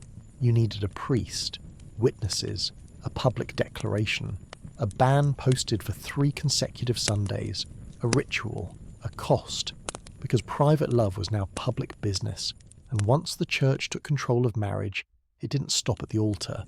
It reached into the bed. It began to regulate sex, not just when, but how, what was allowed, what was sinful, what was so sinful it would stain your soul forever. They wrote manuals, long ones, guides for confessors, detailed lists of which acts were acceptable, very few, and which ones led straight to hell, almost all of them. Sex, they said, was only holy if it made children. That was its purpose. Not pleasure, not closeness, not healing, creation. And even then, it had to be done the right way. No improvisation, no enthusiasm, definitely no joy. Just duty, cold and grim and necessary, like planting potatoes. And suddenly, love, actual love, became suspicious. Why are you smiling after marriage, they'd ask. Why are you touching your wife's hand in public? Why do you kiss when there's no child to show for it? That's lust. That's pride. That's sin. The church meant well, maybe. It wanted order, purity, control. But what it created was a world where desire became fear, and where even married couples whispered at night like criminals, and still people tried. Because love doesn't die easy, even under surveillance, even when every door is locked and every sin numbered. But the rules didn't stop sin, they just made it easier to punish. Adultery became a spiritual offence, not just a betrayal of a person, but a betrayal of God. If a man caught his wife with another man, he might drag her before the local bishop. She might be excommunicated, fined, publicly humiliated. She might be forced to do penance, barefoot, head shaved, holding a candle while the whole church stared. The man might get off easier. Men usually did. But if she was lucky, or persuasive, she could claim it was forced, that she was coerced, that she wept. And sometimes the church believed her, and sometimes they didn't. And then there were the marriages that simply failed. Not for lack of love, but for lack of everything else. Hunger, sickness, cruelty. People who should never have been joined in the first place. But the church didn't allow divorce, only annulment, a legal fiction that said the marriage had never really existed. You had to prove you were too closely related, or that one of you was underage, or that you never consummated, and even then, good luck if you were poor. Annulments were for nobles, for kings who got tired of queens, for women with powerful brothers, so peasants stayed married, whether it worked or not. And love, if it existed, learned to keep quiet. But there were loopholes, little rebellions, people who wed in secret anyway, who fled to towns where no one knew their names and said vows beneath candle smoke and lies. There were priests who turned a blind eye, monks who helped young couples run, bishops who took bribes. Love found cracks in the walls, it always does. Still, the church watched and warned and whispered in sermons. Love is good, but only if it obeys. Marriage is holy, but only if you suffer through it with dignity. Sex is not sin, unless it feels like it. And love, above all, must be clean. But the heart is never clean. It's messy, loud, foolish. And in a world where even eye contact could be considered evidence of lust, sometimes the most human thing a person could do was simply feel anyway. Sometimes love doesn't just break the rules, it defies them, spits in their face, leaves behind the safety of marriage and the soft, sanctioned kind of affection. And what's left is something raw, something the church can't contain. That's when the real punishments begin. Not for sin, but for defiance. Start with forbidden love, cross-class love, between a peasant and a noble, between a servant and their lord. It happened, not often, but enough that the records whisper. A maid caught in her lord's bed, a shepherd girl who bore a knight's child, A squire who carved hearts into a noblewoman's saddle. It never ended well. For the man, if he was of status, there was often a fine, a confession, a few weeks of piety before returning to his duties. For the woman, it was exile, scorn. Sometimes the child was taken. Sometimes she disappeared. If the genders were reversed, if it was a noble woman and a man beneath her, things got darker. That was not just shame, that was treason, a threat to inheritance, a crack in the order of things. Those stories didn't end in scandal, they ended in ditches. Then there were the cases that never even made it to punishment, the ones that lived in silence, same-sex love, rarely spoken, never written, except in trial records when it was already too late. 2 monks found in a locked room, a priest who lingered too long over a young singer's voice, a woman who refused every suitor but kept a strange closeness with the baker's daughter. The church's law was clear. Sodomy was a sin, unnatural, an offence against divine order, punishable by penance, by pilgrimage, by the stake. But the world wasn't so simple. Love, when it bloomed in secret, didn't always feel like defiance. Sometimes it felt like safety, like the only honest thing left in a life full of masks. Still, they paid, in silence, in shame, in ink scratched onto confessionals and burned in trial parchments. The records are vague, often cruel, names erased, genders obscured. But behind the Latin legalese, the story is always the same. Someone loved someone they weren't supposed to, and someone else decided that was worth ruining. And then there were the interfaith loves, between Christians and Jews, between Christians and Muslims, especially along the borderlands of Spain and Sicily. Sometimes these were arranged marriages, trade deals, converts seeking protection, but sometimes they were genuine.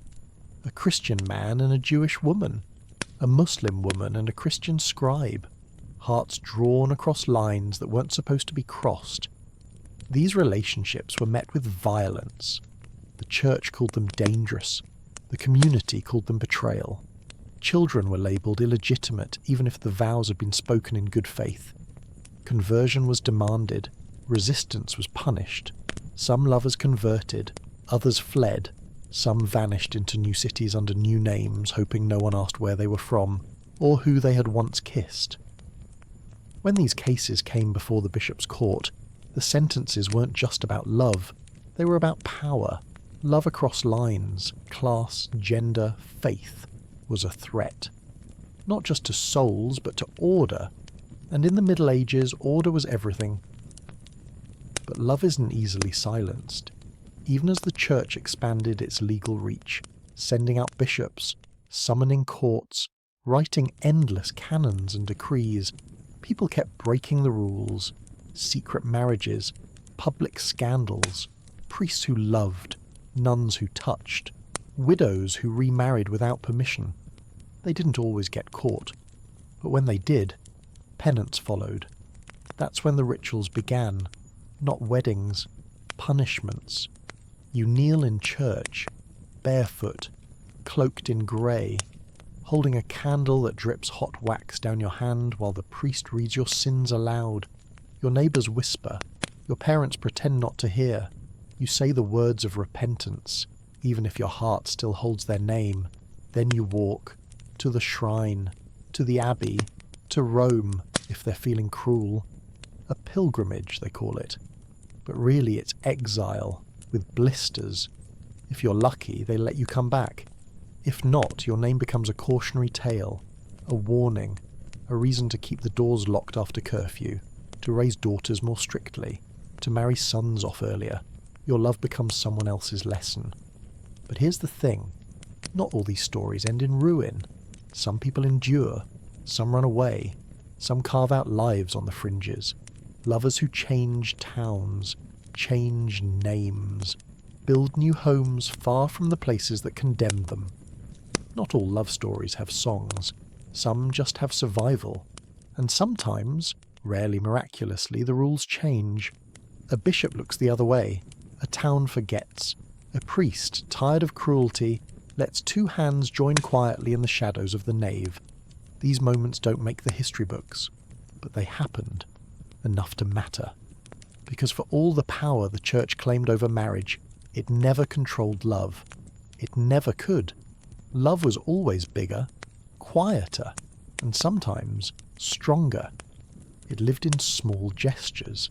A veil passed from mother to daughter, a name whispered at dusk, a child given a middle name no one explains. It lived in secrets, in resistance, in the fact that even after 1,000 laws, people still reached for each other.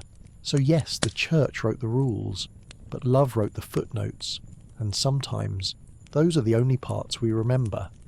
It always starts as a whisper, maybe a giggle in the field, a look held too long at the marketplace, a woman who leaves the church alone, and a man who follows her steps.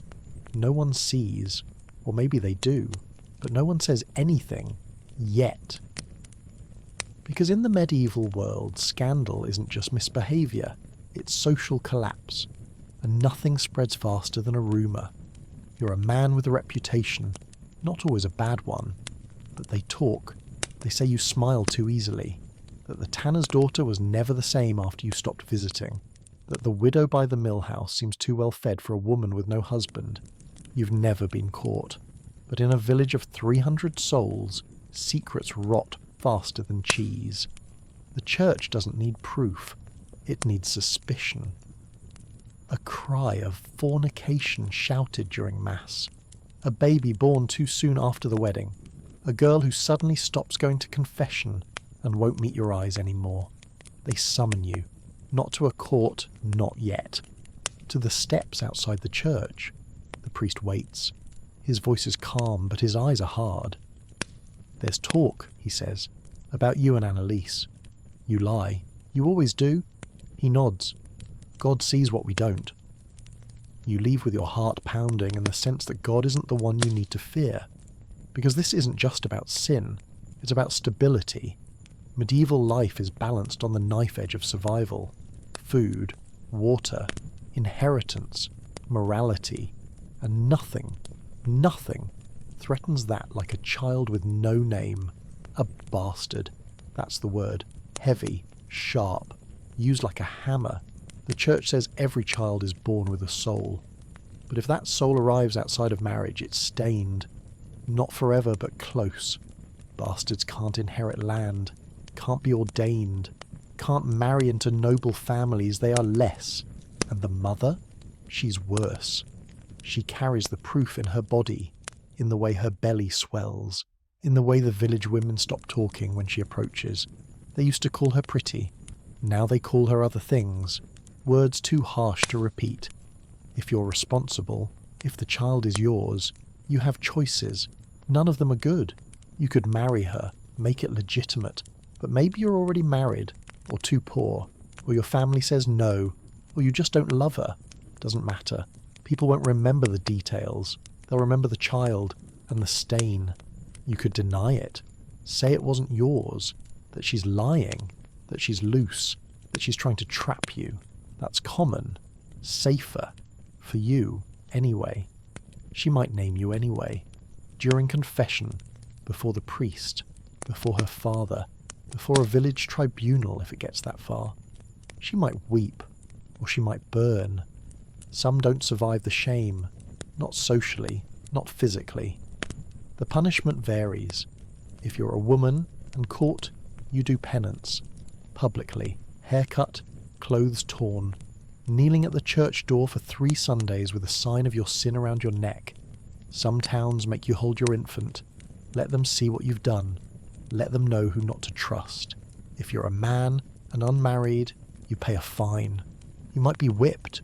You might be ordered to marry her, or forbidden to. Depends on the bishop. Depends on the family. Depends how many eyes are watching. If you're a priest, it's worse. You're not supposed to love. You're supposed to be above all that.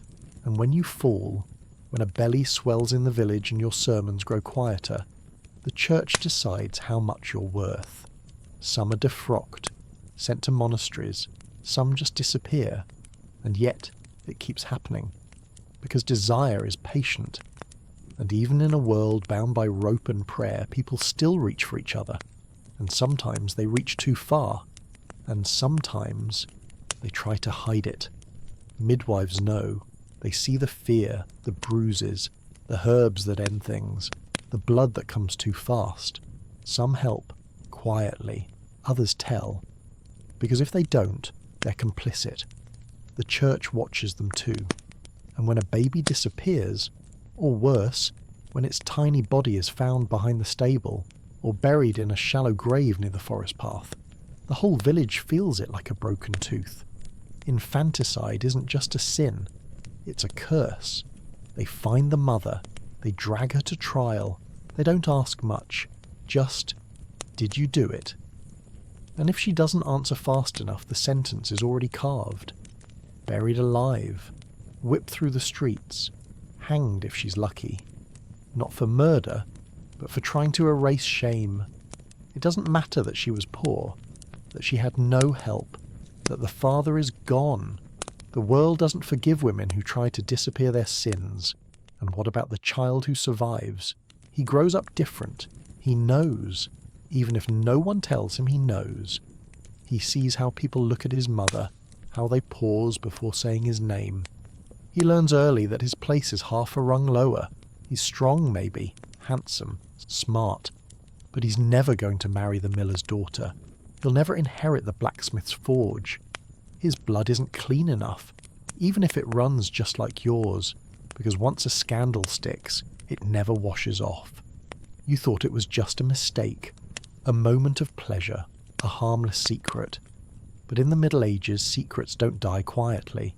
They grow teeth, they find mouths. And before you know it, your name isn't just on the lips of one girl. It's carved into the collective memory of an entire village. Because scandal doesn't stay private here. It stains everything. If the priest mentions your name from the pulpit, you've already lost. Reputation isn't a rumour, it's survival. You can't trade grain if no one trusts you. You can't marry off your daughter if the neighbours think your house is cursed. One affair, one bastard child, one public penance, and you're marked. It starts small. Fewer greetings at the well. Cold looks from women who used to smile. A merchant who won't sell you thread anymore. The blacksmith raises his price just for you. Your mother stops going to the market because the whispers follow her like shadows. And it only gets worse. If the girl you shamed belongs to a respected family, it might not stop at gossip. It might turn into vengeance. Honour isn't a metaphor here. It's blood. If her father has sons, they'll come for you. Maybe not with swords, maybe not in daylight, but one night outside the tavern, you'll find your teeth scattered on the road like dice. And if you hit back, if you retaliate, the feud begins. Not just between two boys, between two families, two bloodlines, two whole corners of the village. Some feuds last for generations. One secret kiss becomes 5 dead men and a burned haystack. And the church, it watches, it records, it prays, but it rarely intervenes unless someone crosses a sacred line. And there are many lines. If the woman you seduced was promised to another man, you've insulted 2 houses at once. A broken betrothal is more than a heartbreak. It's an economic disaster. Dowries are lost. Alliances crumble. That man may never marry again, not without payment. And if his pride is bigger than his patience, you'll find yourself in the middle of a duel. Not the chivalrous kind with knights and roses, the kind with farm tools and broken ribs. Sometimes the woman is blamed more than you. She's the one who is visible, who carries the shame, who bears the proof. But in some towns they punish both, not equally. Just enough to make sure everyone understands what happens when lust outpaces caution. And what if you try to move on? Marry someone else? Start over? It follows you. That time with the brewer's daughter, the widow's cousin, the novice nun who ran away and was found barefoot outside the walls. Your new wife hears it. Her family hears it. Your children grow up with it like a cloud over their cradle. And if they ever try to rise, get educated, marry upward, join the clergy, it comes back. One letter, one witness, one half-remembered story from a tavern 3 towns over. That's all it takes. In this world, your past is a permanent scar. For women, it's even worse. A single lapse, and the future shuts like a slammed door. No respectable man will marry her. No monastery will take her. If her family can't hide her, they might cast her out. Or worse, send her into servitude. If she's lucky, a distant cousin will take her in. If not, she becomes a beggar, or a tavern maid, or something darker. The line between fallen woman and forced work is razor thin, and everyone knows it. Sometimes women take fate into their own hands. They lie, say it wasn't their fault, say it was force, say the man tricked them or bewitched them. Sometimes they're telling the truth, sometimes they're not. But once the accusation is made, the village divides. Those who believe her, those who believe him, those who just want to watch. Because even justice is entertainment here. If the matter goes to the bishop's court, it becomes a show. Witnesses called, testimonies whispered, a midwife asked to inspect the body, a priest called to judge the soul. And in the end, someone will be punished. Maybe you, maybe her, maybe both. But never quietly. There are other consequences, some that never make it to the priest's ears. Like the husband who finds out his wife was touched by another man before their wedding night. Even if she never said a word, even if it was years ago, even if it was you, if he finds out, she pays, with her skin, with her silence, with her freedom. The law won't protect her, the church might forgive her, but the man in her house, he's the judge now, and he holds the keys. In noble circles, the stakes are even higher. A lord's daughter caught with a stable boy? That's not just shame, that's treason. Because her body is political. Her womb is a vault for future alliances. If she births the wrong blood, kingdoms can fall. So the punishment is swift. She's sent to a convent. He's hanged in the courtyard. And the world moves on like it never happened. Even among the poor, purity is currency. A virgin daughter is a dowry in itself. Lose that, and the entire family sinks a rung. The sisters suffer, the brothers are mocked. The father drinks more. The mother weeps and blames the stars. But it wasn't the stars, it was you. One touch, one night, one secret. That's all it takes. In a world where everything depends on order, sex is chaos. And the medieval world fears chaos more than anything. So it punishes, it warns, it remembers. You might survive the shame, you might outlive the whispers, you might even die old, in bed, surrounded by people who pretend to forget. But the church will never forget. The record is written, the confession is noted, the sin is catalogued in ink and kept in the dark drawers of an old bishop's chamber. And when your grandchild wants to become a priest or marry into a guild or take holy orders, someone will check, someone will find the note, someone will remember. Because in the Middle Ages, scandal doesn't die, it's buried alive, and it waits.